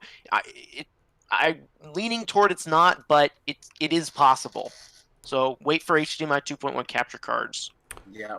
Yeah, we definitely need some of those because right now it's kind of Feeling it, man. it's not. It could be better. That's a fact. But yeah, I mean there are some definite games on the Xbox right now that do have the 120 mode and not on the PS5, despite having the PS5 kits a little longer and all that stuff. We'll come back to that when that stuff builds up a little more. And chat, if you know about Observer, let us know. I didn't get a chance to see what was going on with that game, but apparently people were talking about that shit like it was some kind of thing as well. Again, if their own first party wasn't going to have ray tracing at launch, we know why the fuck ray tracing might not be in one and one might be in the other. Especially in a smaller developer like those guys. But, you know, we'll see, like, as Kirby pointed out. And I do want to point out that the Dirt 5 technical director, the first question I asked him in this interview, find it in my last video, I know I'm going to get questions about it. Basically, I asked him about hardware accelerated physics using ray tracing hardware. And again, I made a video about this forever ago. Like, this is one of the things that I really thought they might be able to do. And I'm like, it's one of the most next level things I've ever seen in gaming on PC, which it's called PhysX. Look up YouTube with this. And he listed a very specific example of using this for physics and lacing kind of objects with physics and driving a car through them and doing all kinds of stuff with it. And he did basically confirm that is possible. You could actually have something like this on console. And I thought that was fucking awesome because that's 13 teraflops worth of software ray tracing, right? That's how they put it. And it doesn't affect the 12. And I'm sure you can eat into the 12 if you get too demanding. But man, I thought that was really cool. I just wanted to throw that out there real quick. That is definitely a possibility. We got the Xbox first party pricing, by the way. Fonzarelli, are you there? I haven't heard him talk in videos. Yeah, I'm here. The CFO, what's his name? Shit. Tim Stewart. What rock he crawl out from under? I don't recall hearing his name very often. Tim Dog. Why didn't you introduce us? No, he's been around. The reason why you probably haven't heard of him is because Microsoft has a CFO. I think it's Amy Hood. Amy Hood, right? And Timmy is the specific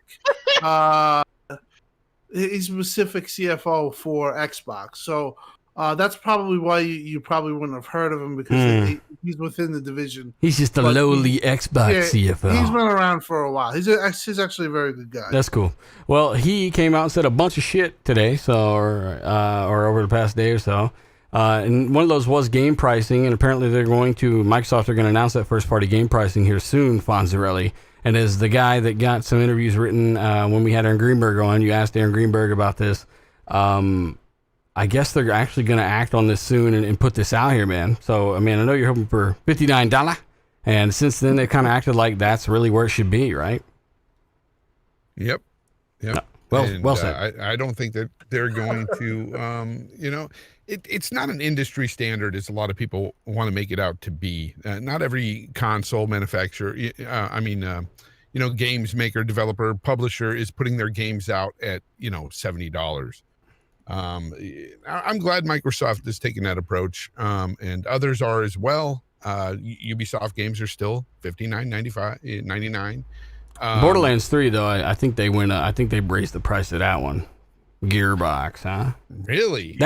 I think so. I think I did see that at 70, but yeah, I mean, I can't confirm that it is a good version. And then you get a lot at of least. people that are just like, you know, well, you know, these games are costing a lot of money to make now, and it's like, just go look up their financial reports and come back to me, and we'll talk. They're making a lot of money off those microtransactions. They're making so many billions off that stuff, and we don't need to get into that. But I just think that people just need to, you know, understand that, you know, it's just not necessary, man. It's kind of weird that Jim Ryan says 70's fair, and then we talk to Xbox, and they're like, we feel like it's a good value to keep them at 60. 70's fair, but then we heard that they were pushing developers internally for more than that, right? Like to try to get developers to kind of hop onto that. Yeah, you know, that was a bad report. Horrible. You know what's funny about the whole pricing situation is, and I get you know, Fon's point, because you know he loves to buy, you know, those games like physical and that kind of stuff, right? But like, the thing about these games and pricing is that, like, you know, for you guys, they raise the prices by $10, right? Which is like what, you know, 20%, right? While here in Poland, they raise the prices almost by 45%. Because the prices in Poland for PlayStation that games, damn Polish government. That has nothing to do with government. That's damn Polish guy. The prices went from 240 zlotys, which was an equivalent to like $60, to $95. 350. You pay with a jar of lotuses. I heard it. Well, I heard it's kind of the same thing up in Canada too, right? Yeah. It's brutal. I pay $90 with taxes and everything. It's over $100 for a game. That's nuts, man. So now, and that's what people have to understand, is that, you know, people all over the world are paying even more than we are here. And to say that $70 is fair here, but you're looking at a guy like Mads in Poland that's paying that, you know, $90 or $100, and it's just, come on, guys. Yeah. I mean, these companies are making money hand over fist, and you guys are still running with this narrative.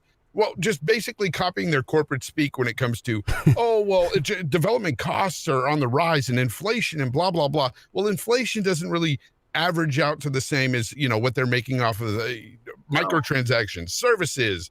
There's all kinds of things they're making money on that is just killing it. And even their games themselves make the money back without the microtransactions. I just want to say real quickly, though, I went to go grab Call of Duty, and I specifically said I need the Xbox Series X version. It's kind of hard to see which version is on the cross-platform games. So they gave it to me, say, yeah, this is the Xbox Series X version. Look, it says Xbox Series X right here. I take Call of Duty home. Thankfully, I didn't pop that shit open. And I look at it, and I see that it says Xbox One, then Xbox Series X. So I'm like, I don't know if this is the Series X version. I go back to the store. I say, let me see all the versions. I see another version that instead of saying Xbox One, Xbox Series X, it says Xbox Series X, Xbox One, and it has this little X in the freaking corner. That's retarded. And when I did some research behind the scenes, are you talking about a disc space, or you bought a physical copy of the game? Yeah, I bought a physical copy. So if I had opened that disc and I tried to upgrade it to the next gen version, there's actually no option if you buy the physical copy. You have to buy the digital copy in order to just upgrade, and I had to pay $10 more. It was the next gen version was actually $10 more, so I ended up paying like freaking $100 plus tax. And the words D-Batch says does not represent I just RDX. gotta put something out there, because somebody mentioned about Sony and microtransactions, saying that they don't have microtransactions. Like, dude, Sony makes more off microtransactions than they make off their games. Period. Yeah, it's out. There was an it's article that common was put out sense. there. Like, just let them Come figure on. out how to read, right? Stop. So Tony D is owns talking about how Hey. the prices and stuff are kind of crazy there, and obviously, you know, Microsoft is saying they're going to announce this stuff kind of soon, so that's good. Now, the reason that people are going with the corporate speak and they're kind of repeating what these guys are feeding them when they kind of want to, right? But they don't repeat what Jim Ryan is saying, which is basically, God of War going to other consoles, meaning PS4. He's basically saying we're not ready to talk about that at this point. And then we get something else from the PlayStation Store, Spider-Man ad that says not available on other platforms for a limited time. I don't believe that. I'm going to look that up right now. I think that's one of those things that somebody just made. That's real. Now, what they mean by other platforms is probably the PS4, PC, and maybe even PC. I think what that is they just it's a category, like a group of, if you click on it, you know, it would pull up a list of timed PlayStation console exclusives like what, Demon Souls. I mean, look at Final the trends though. Like they said, 16. they're going to support the PS4 for another 3 to 4 years. I know, but as well as it would be, well, they say PlayStation console exclusive, not PS5. Yeah. So it would be like it's like when you pull that up, what I suspect will happen is you'll see a bunch of games that are currently PS5 exclusive, be it timed exclusive or like true exclusive. They're in there, and they just happen to use Spider-Man as like the cover art for that section. But Spider-Man is on the PS4. I know, but it says PlayStation console exclusive, not PS5, which is my point. Yeah. And that's just, the Spider-Man thing is just like cover work for that artwork for the section of the store. I think they could have used it because it's a perfect example of what's happening with the games, right? Like they'll announce this shit to come to PlayStation 4 later, or they'll announce it for PC later, and they don't say anything on it, just like Jim Ryan just did with God of War. Nothing to say at this point. Think about it. Are you really going to not... If it is exclusive to PS5, are you really just going to not answer that? Or would you use it as a reason to be hyped and to buy and try to get a PS5? Well, let's you're talking to Jim Loose Lips Ryan, and the guy has in the past said, you know, remember #generations, guys. He was all about, you know, how they weren't going to be putting these games on. They weren't looking to put PlayStation 5 games on the PlayStation 4 yet. Look what happened with Spider-Man that was built from the ground up for the PS5, mind you. Remember, this is all wording that came from Sony. This didn't come from, you know, an Xbox or somebody else. It came from Sony. It came from Jim Loose Lips Ryan's mouth. He said these things, and I can't believe anything he says. And if he's going to deter the conversation by saying, well, I don't want to speak on that right now, or I don't have anything to say on that right now, it's probably pointing to that game being on PS4 as well. Well, getting so angry he's turned into a Decepticon. Chat, let us know what you think about that. And obviously, shout out to over 2,000 of you watching live still, guys. Hit the like button. We do appreciate it. Let's try to get up to 1,000 likes for the end of the show. Thank you so much for what you do. And again, I think there's a reason he's saying that. I mean, again, there's no negative to saying it's only on PS5. Those guys were celebrating things that were only on PS5. Nobody was bitching like they should have been, because I don't think a lot of them understand the machine language and stuff like that. But again, I would say that, it's probably going to PS4. They did say they're supporting PS4 for 3 to 4 years as well. So we'll see how that turns out. Meanwhile, Xbox dropkick Colt Eastwood in the face. CFO says, Tim Stewart says, we want the Bethesda games to be first or best on Xbox. He also talks about the shortages that are likely until Q2 of 2021. So if you're trying to get an Xbox, good luck. But regarding Bethesda games, right, we had speculated on this show that, it absolutely makes sense to lock these down to your ecosystem and at the very worst, time them, or maybe like by a year. But I was set on, hey, they will keep these things in their ecosystem. Nothing's confirmed right now, by the way, unless it comes from Phil. Right. It's not confirmed. So I got a shit ton of DMs from this, like, because you're a fraud. Because I made so many videos about it. This guy, the Tim Stewart talked about it, saying, "No, we want it first, best, or whatever on our platform."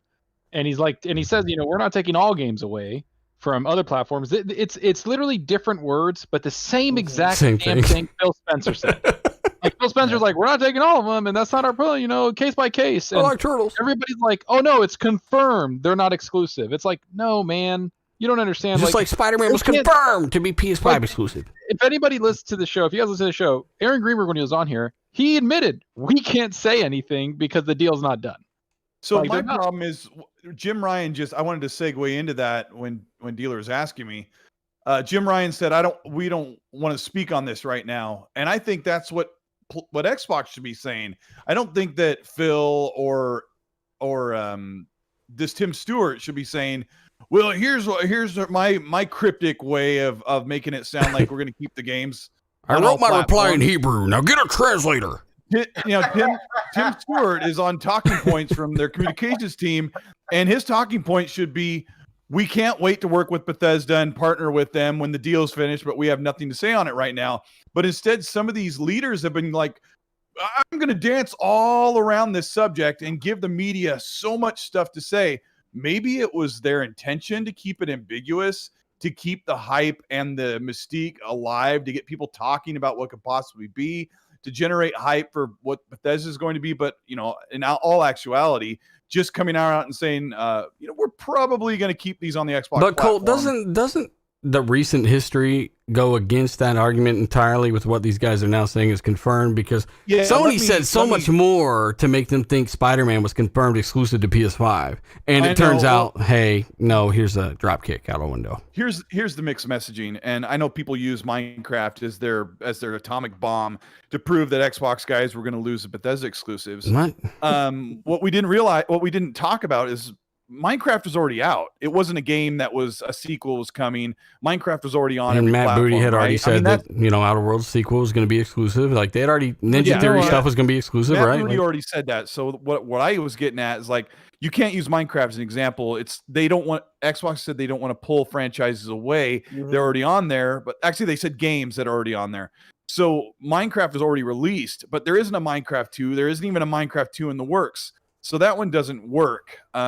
And Minecraft is an outlier, but Xbox should be saying the deal is not done. We're not talking about what our future plans are, or they just need to be transparent and say, PlayStation has some deals with Bethesda. Hang on. PlayStation has some deals with Bethesda. We are going to let them honor that deal. Wait until the deal is finalized in early 2021, and then we will talk about what the future of Bethesda games will be on the Xbox platform. But that's not. Instead, they've let their leaders run rampant with this ambiguous talk that only, it's not ambiguous, though. To me, it's not ambiguous at all. It only with points what to them Stewart going on said. every platform. Stewart says, we will, in the long run, we don't have any intention of just pulling all Bethesda content out of Sony or Nintendo or otherwise. Right. Keyword all, though, right? Pretty clear that. Yeah, all you could take all and say he's talking about 3 games. Yeah, like it could be Elder Scrolls Online and Fallout 76 and Ghostwire Tokyo. And they said, y'all make fun of these 60s. You can have them on PlayStation. He said, what we want is that content in the long run to be either first or better or best, or pick your differentiated experience on our platform. Now, what would you have done, Fonz, if he said, we want our content to be worst on our platforms? My problem is that Tim Stewart and a couple of other people that have spoken on this to the media have given every reason for you to think, man, maybe they are going to be on all platforms. Exactly. Which does not make any sense. And as Jez Corden says from Windows Central, he's like, if you're going to put the next Bethesda game or the Bethesda franchises on all platforms, why in the heck aren't you putting Halo Infinite there and Gears 6 and Outer Worlds 2 and Sea of Thieves? And it makes no sense. But the problem is they've allowed them to say these things to make it sound like make it more sound like they're going to PlayStation than anything else. And I think it does more harm than good. Well, I mean, I don't even have, again, I've said this in videos, I don't have a problem with that. I would have a problem with the fact, because I think it's still a win for people in terms of value in Game Pass. But at the end of the day, the smarter plan is and the overall plan has always been to bring more people to your ecosystem, which is where you're making your money, and you're doing that through mobile going forward as well. It's a much bigger install base than all the consoles combined. Let me say one more thing, and then I'll back off for a few minutes to chew on my toenails. Okay. But what we don't know is Satya and Phil could be running over the financials with their team and looking at it And they could very well be saying, man, no matter how we look at this, making a bunch of money off of PlayStation's back by keeping these big franchises on the console is going to make us far more money than bringing people to Game Pass alone. Now, if that's what's going on, you know, that's really crummy for Xbox. You are paying fans Sony 30% per copy. Listen, I think you can't draw so many conclusions over what's been said. What you can draw a conclusion is they're going to go by it by case. Now, the difference between Bethesda and every other studio in Xbox Game Studios is Bethesda has its own publishing hand. It's publishing itself. So there's going to be, you know, probably each and every game is probably going to be discussed what they're going to do. I'm pretty sure they're going to have exclusives only on Xbox.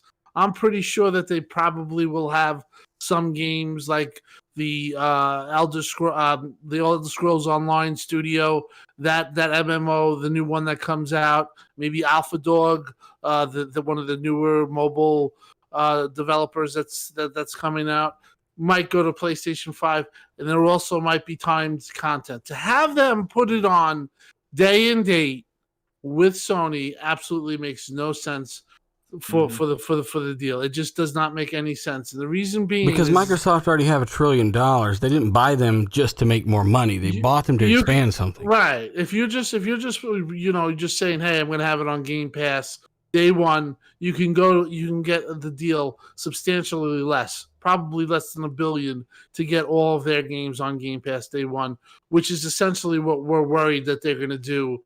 If, you know, Xbox fans are worried that they're going to do when they own them. It's just everything is going to be taken, in my opinion, as a case by case. And I think there will be some, like I think Starfield's going to be exclusive.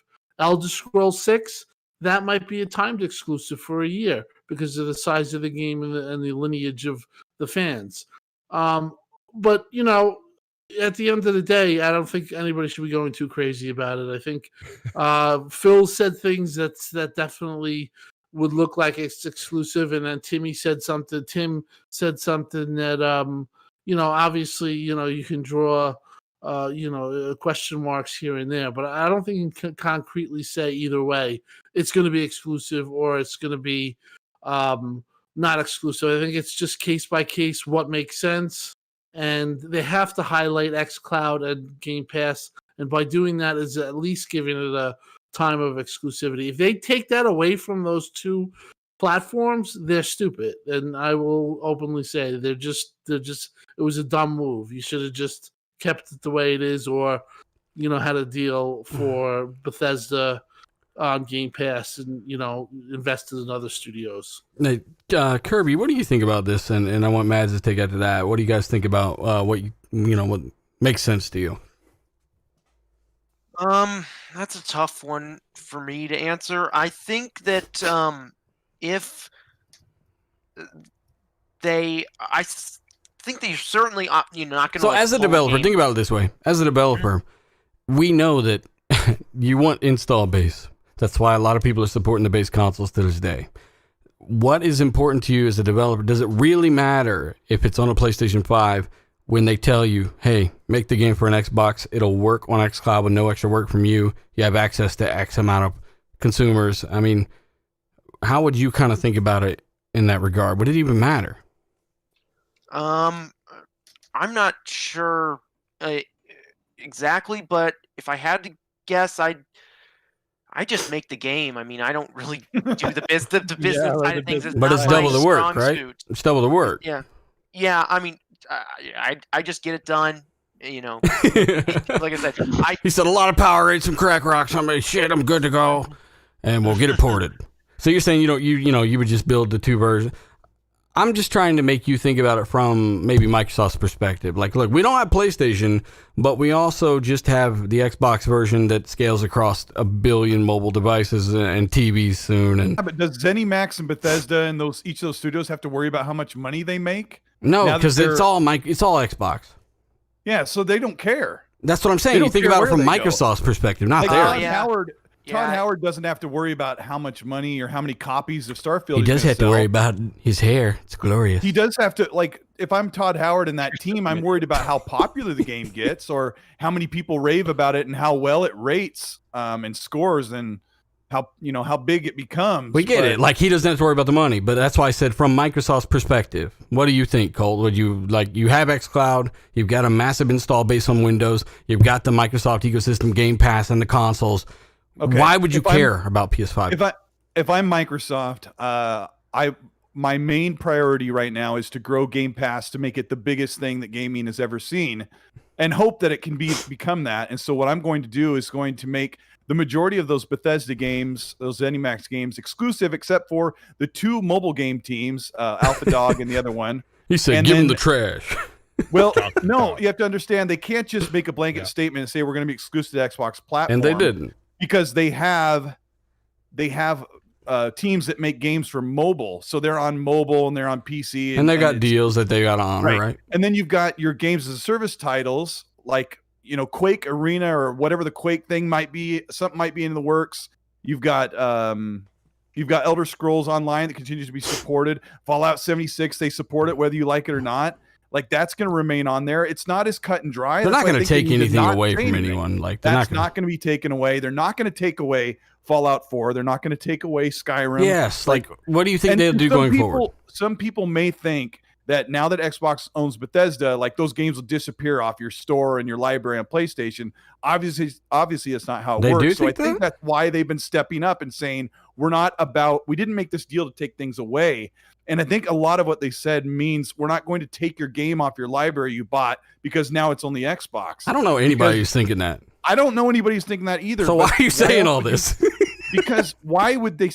Well, not everyone is the same. Right? I mean, that's like 1%, and you can let them figure out how to open the door when it's locked.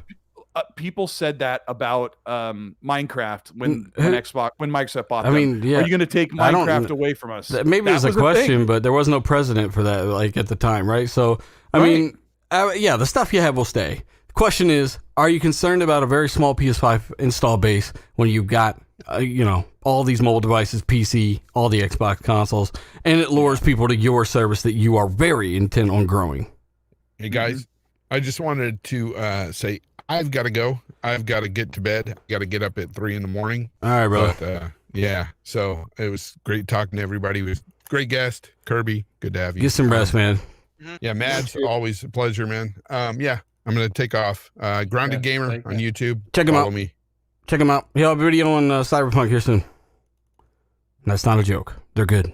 Mads, what's your take on this? Well, it's all confusing, obviously, but at the end of the day, they will do what's going to be best for Game Pass, really, because the whole deal is about Game Pass, and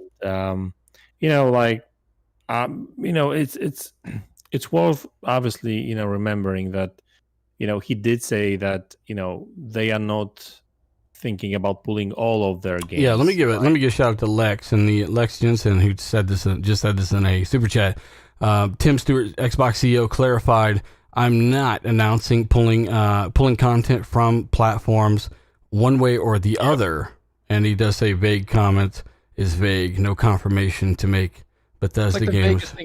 Yeah, I mean that's what I say. Like that's why I'm waiting on it, because it's up to Phil, and I think if anyone else, Satya, because Satya has said, hey, you're in charge and you've done a great job. We see the numbers, we see the record growth.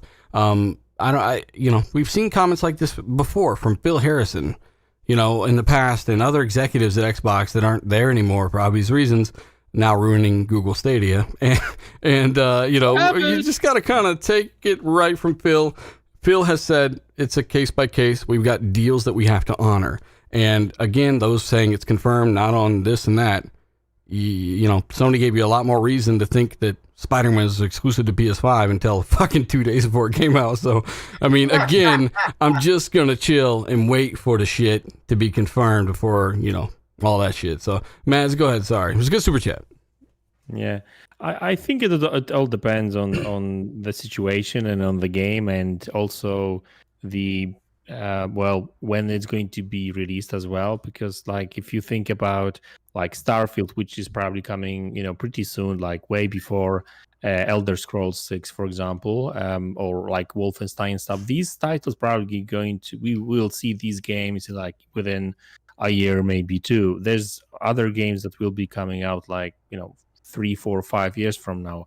And I guess it will all depend on the number of Xbox Game Pass subscriptions, number of Xbox console sold, and that kind of stuff. And I think that's why Phil is saying that it's all going to be on a game by game basis, right? But it's not only it, but it's not based on the fact that that's the title, so we right now know that this title is going to come to PC, PlayStation 5 as well.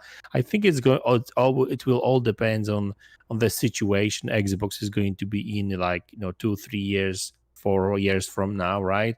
Because to be honest with you, imagine a situation where Game Pass could reach up to 50, 60 million users.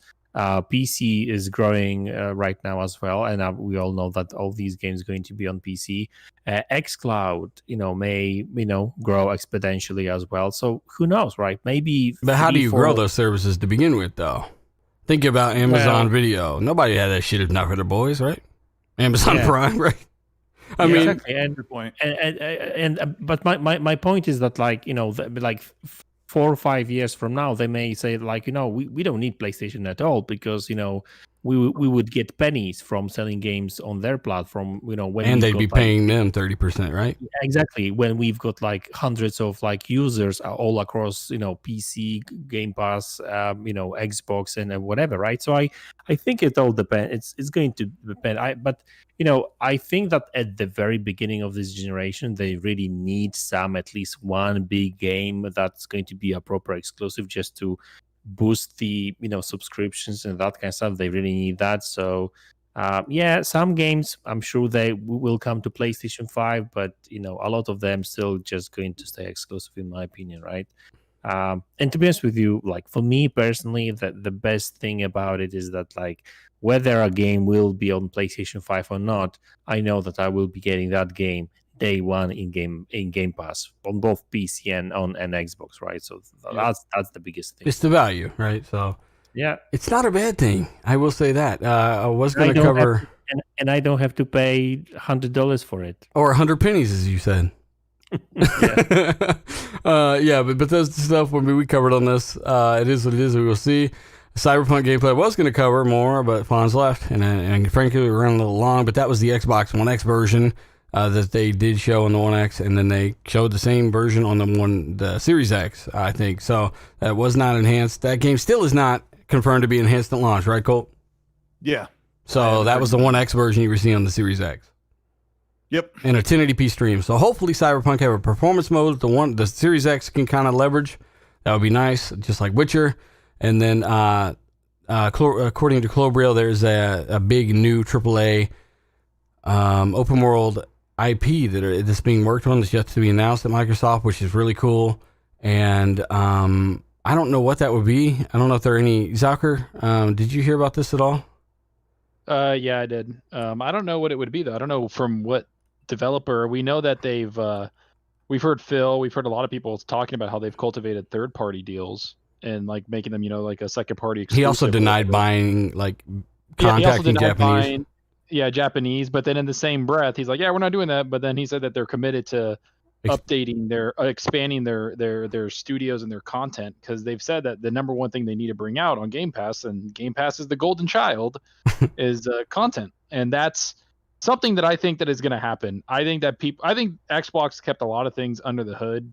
I don't think they announced a lot of things. We don't know what compulsion's making. We don't know what, obviously the people at Coalition is making a Gears game, but I think that they're coming out with that expansion. They're coming to Coalition's making that big Gears 5 expansion, right? Yeah, they're bringing out content in December for it, and that's going to look great on the Series X. I think that's going to be a little bit of a show thing for them, showpiece. But they've also talked about, he also talked about how 2021 and beyond is way more important exclusive-wise than it is at the launch. Phil Spencer said that, I don't agree with certain aspects of it, but as a gamer, I don't. But as a person that's, like a business side mind, it makes sense. Like the Xboxes are selling out. The Series X, the PS5s, these next gen consoles are going to sell out for the next 8 months. That's just a fact. So next year, where they have no more like problems and they have people just going to the store to buy it for the holiday, they better have an exclusive there. And I can see that being the They time have several. They have several first party timed and regular first party exclusives. Yeah, you're talking about like the Ascent and all those, right? Yeah, It's not first they're- party though. Yeah. I said timed and first party. Come on now, dealer. No. So Sure. yeah, I mean there are unique games coming to Xbox starting in January. It was going to start in December, and Gears Tactics wasn't the game I wanted to launch with the Xbox. First Well, of all, no. Yeah, he clearly wanted Halo to be there, and we're all glad Craig ain't there on day one. The friendly Blue Shell, by the way, he says with the amount of money they spent on these new studios, he really doubts that PlayStation would actually be there day one. PlayStation would get any games day one, and usually that timed window was a year. But yeah, I mean, I guess they could double dip in that sense, right? But ultimately, we will have to see. It's not going to kill me no matter what. As long as people are getting the value through Game Pass, I think that's great. But yeah, Zucker, I mean, the studio thing, like in the Japanese region, Phil did shut that down here recently, but he said he doesn't know of anything like that. But you know, I don't know. We'll see. There might be a loophole there, like with the more than one console thing people were falling for. well, what people need to understand is that the Japanese studio, they already have one once they bought ZeniMax. Yeah, Tango. ZeniMax has one in there making Ghostwire Tokyo, I believe, right? So yeah, they already have a Japanese studio, so they have their foot in the door now. And they got the Recourse studio, right? Oh, is it? Don't who owns that? Do they own Tango? Are they? I can't remember. If Maybe that not. was Recore. Maybe I was tripping. They do, but they didn't make Recourse.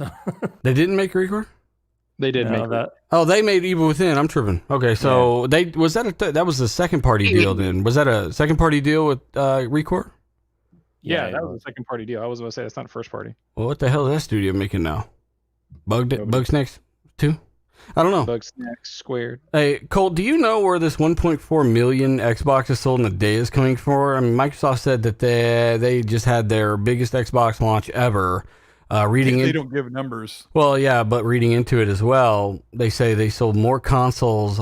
More consoles have been sold in more countries than ever before, which again comes back to what we were saying a couple months ago, with the MPD thing. Tim specifically was saying, don't count on winning MPD if that's something you care about this holiday, because Microsoft are taking that stock instead of consolidating it in the States like Sony seemed to be doing. They're much more available in the States than other regions.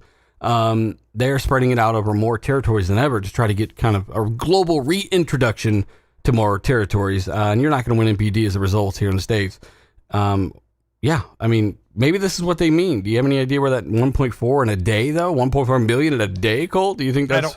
I don't know where they got that number, but judging by how scarce the consoles are, it's probably accurate. But I'm glad that Xbox decided to be globally released on the market, because they released in half the markets on the Xbox One versus the PS4. And with all the other problems they had, it just went far and away from them. So this is a good move. And yeah, there's, like you said, there's no way they're going to win MPD, because PlayStation wanted their investors to have that to hang in their hat on. So MPD belongs to PlayStation no matter what. And they know that xCloud has a wide reach, right? ones. So if you got xCloud out there and they want to introduce people to the Xbox ecosystem like they've never done before to this degree, you can kind of spread that news of xCloud a little further to those territories that don't have Xboxes. Right. And that's what they need. Mm-hmm. Yeah. I like the way you think, boy. Hell yeah. That 1.4 million, I just looked it up. It's coming from VG charts, which They do I don't really agree with their methods of counting. They just kind of throw rocks out in the road and see how many land. No, they pick up like used receipts off the parking lot. They're like, okay, that just, they do have they do a guesstimation thing. That's what Kirby's gonna. I think they contact GameStop managers, right, or something like that.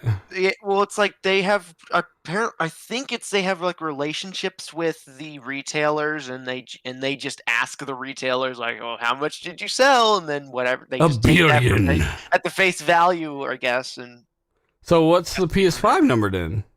In the States, doesn't say. they only have an article about 1.4 million Xboxes, and their little chart is not up to date. Not even the chart? VG charts? Really? Hilarious. They could at least have the chart up to date, Salker. I think we can all unanimously agree on that. Yep. Yeah. Yeah. I mean, I don't know. The 1.4 million, like, I don't know. I mean, we'll see. You know, What did the Xbox PS5? The doesn't PS4 care. did that in a day, right? Yeah, I don't know, man. We know that. I mean, let's be real. It's going to be a big number. Aaron Greenberg was on this show saying, "Hey, this is like killed it." Everybody, you know, I've been on the hunt for PS5 and Xboxes. Everybody there said that like both the consoles sold out like extremely quick. Like they weren't even ready. Like so many people lined up, so many people went, pre-ordered them. You know, that's just you just took a swan dive off a building or off a freaking well in the game. Sorry, and your wolf just died. Yeah, I know. I jumped down the giantest hole in the universe, and my little wolf dog exploded on impact. Has anyone ever seen Bill and Ted's Excellent Adventure? Where they I just actually keep had to get falling? rid of this damn wolf dog because that's so immersion breaking. Like people are like, "Hello," and this fucking giant ass wolf the size of a car flying through the path. It's like, you better run. You see this damn thing? I don't have control over this. It's going to where it wants to go. We flew out down a hill. You know, we died just now. So Yeah. But as for the number, I think that they're both selling well, and I think that Phil was right when he said no matter what, we're all going to sell out. At this point, the biggest problem each Sony and Microsoft or Xbox have is they need to build more consoles. They're going to sell no matter what. Like, and that's what they're trying to do. They're just trying to get shipments out there. You know, even for where I work, HP, their computers, we're having shipment problems. Like they're taking a while to get to us. So it's just, everybody's, it's a different time, people. So chat's laughing dying. at when Zocker's trying to talk, dealer. I'm sorry. The chat's just dying because the way this wolf just. You have a super chat. tried to You have stop. a $20 super chat. You need to go grab. I got several of these. I'll grab. I'll do some outros, and I'll get to some of these guys. Like I say, every show or every other show, I can't get to all the super chats. And I'm gonna try to find a way. It's tough when the discussion is like really fiery. We're trying to run a show and do. You all are this doing stuff, a good so. job, dealer. So. You suck. Yeah, I mean, again, I'll get to a few of these. We'll do some outros. Thank you guys so much for joining us. And I always try to get to these, but again, it's not always possible. So if you haven't already hit the like button, show a buddy or two, retweet it on Twitter, put it on Reset Era, and so I can take it down. And of course, subscribe to all the guys here on the panel and hit the bell icon here because we have a ton of news coming up regarding these things, and it'll be interesting to see more and more come out about this stuff. If you doubt that developers are actually not getting the most out of RDNA 2 and all this stuff, then just listen to the developer in my last video where he talked about not knowing the architecture and them needing to learn it and not using the features and all that good stuff. This is not an opinion. It's a fact. Not to mention we had a developer on the show right now saying the same thing. Let me guess. Random guy on Twitter smarter than developers. Okay. Rob, by the way, at Raw89, he says the 70% attach rate of Game Pass on new consoles is a clue. Yeah, I mean, that's pretty damn high. We've also got restored hands. I'm glad you got your hands back. Or yeah, whatever. You don't spend 7.5 billion just for a few perks. Restored Hay. Yeah, I'm sorry. We also got Alfonso. He says, I'm a PlayStation guy. I enjoy the console, and I really don't care if Bethesda yes, I mean, that's perfectly fine, man. I'm glad you are having a great time with it. I hope mine is issue-free as well. We've also got J3 Jigsaw. He says, we need Matrix Path of Neo. Really? I don't know about that one, brother, but all of the Lord of the Rings, you could remake a modern Lord of the Rings game. That'd be pretty cool. We also got Jeremiah. He says that just got off work. You guys talk about Bethesda's recent statement. It wasn't Bethesda's about the big titles coming to multi-platform. That there was one IGN completely took out of context that I know Gavin, who's the developer, retweeted and said that is not even what they said. What? Did my internet die? You're still here. Did my internet die? I'm still here. No. I'm sorry. I didn't want to interrupt. You keep going. I'm going to check because either my internet reset or we lost the show. I mean, your internet didn't reset because we can still hear you. and Okay. the show's still going. So everyone just heard you ask us if your internet died, and you need to check while you're talking to us on Hold the on, internet. I've got a whole bunch of pictures of D-Batch coming in. I'm sorry, go ahead. Oh my God. Colt just had a moment, guys. I'll read a few more of these. Starkiller, by the way, says really good, really good tech information from Kirby. Thank you so much. Kirby says thank you. And then we've also got another one. Yeah, he retracted his message. Assassin Looper retracted her message, but that was a super chat from her. And then we've got some more here. Hang on. Shout out to Lupa, by the way, who is enjoying the hell out of her new OLED. Cherry, by the way, he says he's trying to put Microsoft complete coverage on his Series X from the. Okay, I don't know. Some of that's kind of fucked up. I couldn't. Well, what did he say? He says every time he clicks, it never opens, or else he hasn't had any issues trying to extend their coverage for Xbox lately. So Xbox Live issues, I guess. Have you guys had any issues with that? No, I haven't had any issues. But I've been on xCloud too. I haven't had any issues. Tim Dog's computer restarted, by the way. Just so you know. his literally forced updated on his ass. Hilarious. We got to teach Tim Dog how to turn that off.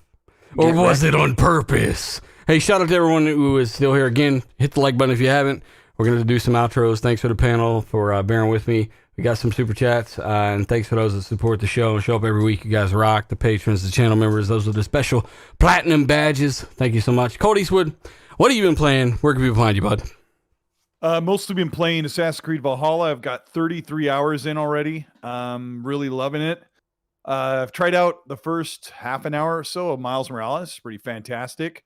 And Astrobot's Playroom is a lot better than I thought it would be. You know, for a guy that hates Sony, you know, like they say, you sure didn't hate Sony. Hey, like they say, you sure didn't mention the issue you have with Miles Morales, which is your sound. I had a sound problem, but it was my fault. Was it? My PlayStation 5 comes default on linear PCM. So how's audio. that your fault? I don't know. I loaded up God of War and I'm like, oh, this is really great. But when the camera pulled away, it's continuous camera, and the camera pulled away from Kratos talking to Atreus, and then like there's no dialogue. And then when you get back to gameplay, I can hear him talking. When I played Miles Morales, the same thing. I'm like, what the crap? And so I went in and had to change off of linear PCM. I tried Dolby DTS. That's why I hate linear PCM. I don't even know what that is. I don't either. I didn't hear anybody else have that problem, but that was kind of strange. Yeah. So no, it was good. I'm just like got a lot to play. I kind of have backed off of videos for a good week or so I could just play games. And like it's been all leading up to this. Like all the videos all of us have made over especially the past 9 months with all this big news from PlayStation and Xbox. Like this is what we were waiting for. I took some time off just to play some games. Aaron Green asked, do I have any PS5 issues? Not really. I mean, I wouldn't call Except that for that it barely fits in the entertainment center. It is freaking gigantic. I mean, I can look down it right now and I almost laugh. It looks like a big clown shoe. It's so gigantic. A big clown shoe? It's literally a joke. It's like a big plastic joke? Don Johnson from Miami Vice, like a big white popped collar 80s jacket. Like it looks so ridiculous. Really, really great console. Like loading it up, it's just like really smooth experience. Their interface is really cool. Like whatever, but the thing looks ridiculous. I'm sorry. So let me ask you a question. That big or 20% shorter, but it's 40% louder. I'm not even using the stand. I took the stand and threw it in the corner. Holy crap. I just have it sitting in my entertainment center because I have like this 6-inch by 20-inch vertical spot where it's standing there. It's not going to tip over. But let me say this. This will be a banger right here. You know how we all made fun of the Series S, like how ridiculous it looks with that black boom box on the side of it? I'm gonna say this right now. The Series S looks so much cooler than the PS5. Oh, Botron. It really does. So mark that. Okay. Well, D-Bat. Miami. So Brian Dominico says, "Laugh out loud, Miami Station." Miami Station. Yeah, Miami Brian Vice. D. Domenico. Shout out to him. He's been around forever too, man. D-Bat, tell us what you've been playing, brother, and where can people find you? Oh man, I've been playing everything. I've been playing a lot of Spider-Man Miles Morales, Watch Dogs, Dirt. I went back even played All some on of the console, huh? Yep. You ain't seen you in a party yet. Hey, well, the kids are screaming. Unless you want to hear my son screaming. But I'll say this: playing all the old games on the Xbox Series X and being on the PC, at least steady for the last year, I have to say the Xbox Series X really gave me those PC vibes. When I fired up Forza Horizon and doing like 60, and I fired up Screen tearing. and it has all the textures that I'm used to on PC, and it's running at 60. It's just a treat. And even with the PlayStation, going back and playing Ghost of Tsushima at 60 frames per second, like I can't overstate what a great feeling that is to game at 60 frames per second with some of these old games on the previous console. It's a game changer, man. Yeah, I'm just overwhelmed, and I gotta say, Sony. I'm gonna give Sony credit here. I know the show we gave them a lot of shit because there's some issues there that need to be resolved, but they did do something that was pretty amazing. Like when I was first of all, the setup is really quick for the PlayStation 5. Like they're asking you to put in a disc to install the game while you set up your PlayStation 5. So I was like, whoa, that's pretty impressive. But when I was done and I was looking at all of my games, I noticed some games in there, and I'm like, okay, I have Ratchet and Clank, but I have the disc version. Why is it coming up digital? I don't own the digital version. And then I like Days Gone. Like I have the physical. Why is it showing me that I own a digital copy? And then when I looked into it, I found out that you get like 25 games when you log into your PlayStation Plus account on your PlayStation 5. They automatically give you every single PlayStation Plus game that was ever given on their network. So you get like Arkham Knights, Battlefield, Bloodborne, Call of Duty, Black Ops 3, Crash Bandicoot, Days Gone, Detroit Become Human, Fallout 4, Final You're looking at these shits right now, aren't you? Yeah, God of War, Infamous Second Son, The Last Guardian, The Last of Us Remastered, Monster Hunter World, Mortal Kombat X, Persona 5, Ratchet and Clank, Resident Evil 7, Biohazard, Uncharted 4, Thief's End, and Until Dawn. You get that absolutely free if you're a PS Plus. But what if you drop that PS Plus membership? And I gotta say that's pretty crazy. That was really good on Sony's part. Well, yeah. So yeah, you guys can find me on Twitter. Go ahead. No, I was just saying. So you're really enjoying it. Yeah, I'm enjoying both systems, but like I said, that really surprised me at the PlayStation 5 that they gave all those games for free. Anyways, you guys can catch me on Twitter at D_Batch, and of course on YouTube at DBatch. I'll probably be back tomorrow or Thursday doing videos. Like Colt, I've just been enjoying these consoles, and you know what? All year long we put out these videos, and I said, damn it, gonna take a week off and just enjoy gaming and ignore all the chatter. Some people say, why are you not answering all the power divides? And you thought the Xbox Series X was going to be more powerful and all this crap. It's like, listen, right now I'm enjoying games, and if you have a PlayStation 5, why do you even care? Just enjoy your console. And two, like day and night. You're not going to sit there and explain to people why they're still fucking wrong and they don't understand it. So pointless. It's pointless. I'm gonna catch them up with it soon enough. Yeah. So again, and you're wrong. It's like, shut the fuck up. You don't even understand one layer of what I'm even talking about. That's why you think you're still a motherfucker that thinks the delta, the frame rate difference, just all that shit. It blows my mind, and I'm gonna begin to justify myself to people that don't know what I'm talking about. So follow DBatch on Grindr, and of course, Zalker, what have you been playing, buddy, and where can people find you? People can find me on YouTube at Zalker87 or in the recommends, and then Twitter at Zalker87. And yeah, just get on there. I like talking to people. People have been DMing me a lot about like video ideas because of like all the Bethesda stuff. People have been really cool talking to them. And I've been playing a lot of Watch Dogs Legion. The new Tetris Connect or whatever it's called. That new Tetris game that's on Game Pass. Everyone play that damn game. It is so awesome. I've been playing that a lot. And I've been trying to get through the journey. It's actually tough once you get into it. I'm really enjoying that. Tetris is such a classic game, and it's really fun. Is there a button to just slap the piece down like fast? Yeah, you just press up on the D-pad and it just goes down. It push up? You don't have to sit there. Yeah, just press. Is there a button? How the fuck I push up and not down? Is there? Because who knows? Is there a button to get the long piece every time? Well, that's what we need. And I've been playing Call of Duty, the new COD. I've been doing multiplayer with like friends and stuff. That on multiplayer Xbox. reminds me of a Call of Duty multiplayer from like 2009, though. Like with the way it aims and the shooting. Like, Yeah, a little bit. I haven't jumped into like any of the zombie stuff yet, which I want to. And the campaign, I don't want to do those yet. I want to wait till, especially the campaign. I want to wait till I get my Series X. So that I've been playing a lot of that. It's better on Toro, by the way. I hate you, bud. Did Minecraft Dungeons get an enhancement? No, he's talking about it's 30 FPS on the Series S. Why? When the One X was 60? Because when you're on the Series S, you're on the S version. Yeah, you're playing. Remember, guys, and this is where some of the bigger guys on YouTube and some of the outlets are getting this stuff wrong.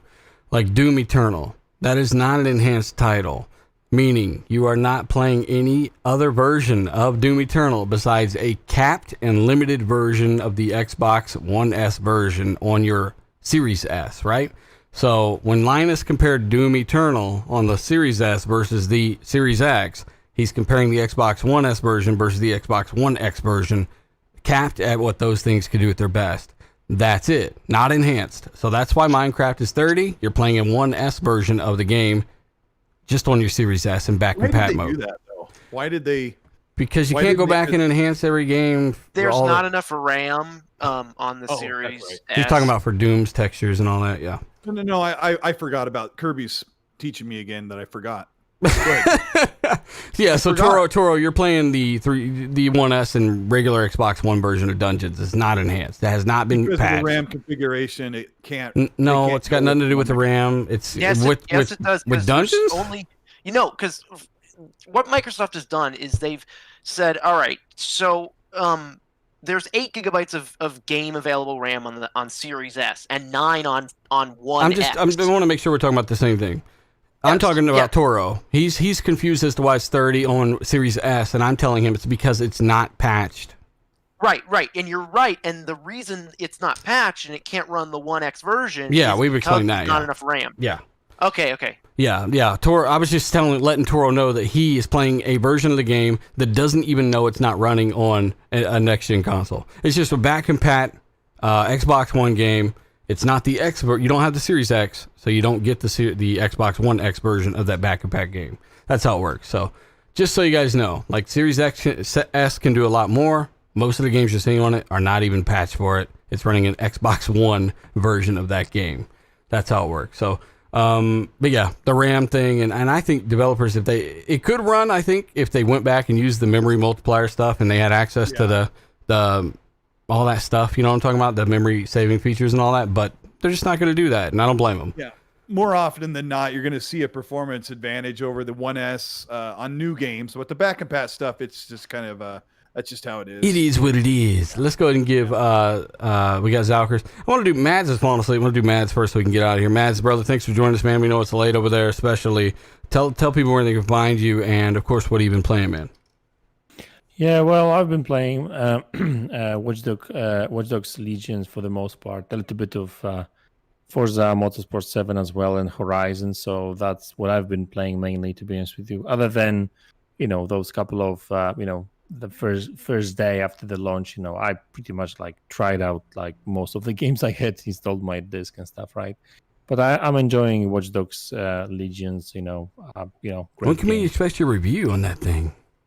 I don't do reviews. What? But yeah, I mean that's a great game anyway. I'm saying yeah. the console. Oh, I'm actually planning to do a review tomorrow. Yeah. He said I don't do reviews. Got one tomorrow though. No, I thought you meant the game. Give the guy a break. I'm messing with you. 4:30 in the morning. Yeah. Where can they find you, man? I mean, you guys should follow Mads though. He does like Polish content as well for those of you guys that that might prefer that, and that's pretty cool. Yeah, you can find me on YouTube, Mads Gaming, and Twitter, Mads Gaming PL. So yeah, I mean, I do daily videos and stuff. I'm pretty active on Twitter as well when I'm bored and stuff. So yeah, he's getting close to that 20K. Yeah, slowly but surely. Yeah, getting there. So thanks a lot for having me. Obviously, great panel. Nice topics and stuff. Had fun, really. So yeah, thanks a lot. Yeah, no problem. It was good having you on, brother. And then we got Kirby, game developer. Thank you so much for coming on and giving insight into some of the things that you know quite a bit about. And again, man, a lot of confusion around the new systems and the architectures that aren't even on PC yet, and why certain things aren't being leveraged, and the whole fucking people thinking GDK is the only thing we're talking about, and all this bullshit. But you came in and kind of gave your perspective, and the chat really enjoyed it, man. So where can people find you, and what have you been playing? So I've been playing a few things. I just got the Falconeer today. Love it. It's also a great 120 FPS game if you've got the new consoles.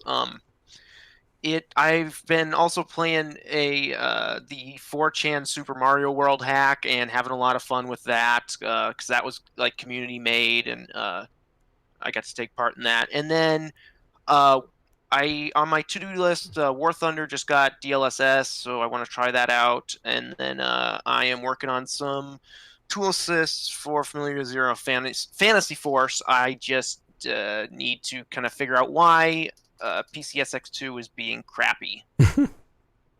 And yeah, you can find me on Twitter at Kirby0Luis. And yeah, thanks for having me. Yeah, of course. That's the number 0. Or Yep. Okay. Yeah, follow Kirby there, man. He's especially if you're curious about some of the performance stuff and all that. You'll notice a common theme. There's radicals out there that have never known anything about this stuff that told us we were wrong on the 30 FPS Assassin's Creed and all this other crap. Again, there's a real common denominator there.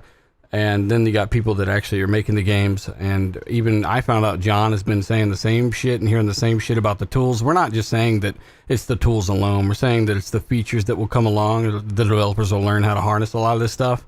And, you don't got to believe us. That's fine. But I feel like track record is pretty decent, unless, of course, you don't actually watch the show. Then you've probably been hearing otherwise. So, thanks for tuning in, guys. You guys are amazing. You power the show. You make it what it is, one of the biggest Xbox podcast in the history of the world, and that's amazing. We do appreciate it, guys. Everyone that supported all the super chats, even if I didn't get to them, thank you. I say it every time, can't get to all of them. All the patrons, thank you guys so much, and the channel members. We are going to get out of here. Hit the like button, show a friend or two, and be sure and subscribe for more. Check out my last video. Support these guys, support them, and subscribe, and we are out. Later, everybody. Zucker's a fraud. Have a good one. Don's is a fraud See ya. too. And so is Tim Dog. Bunch of frauds.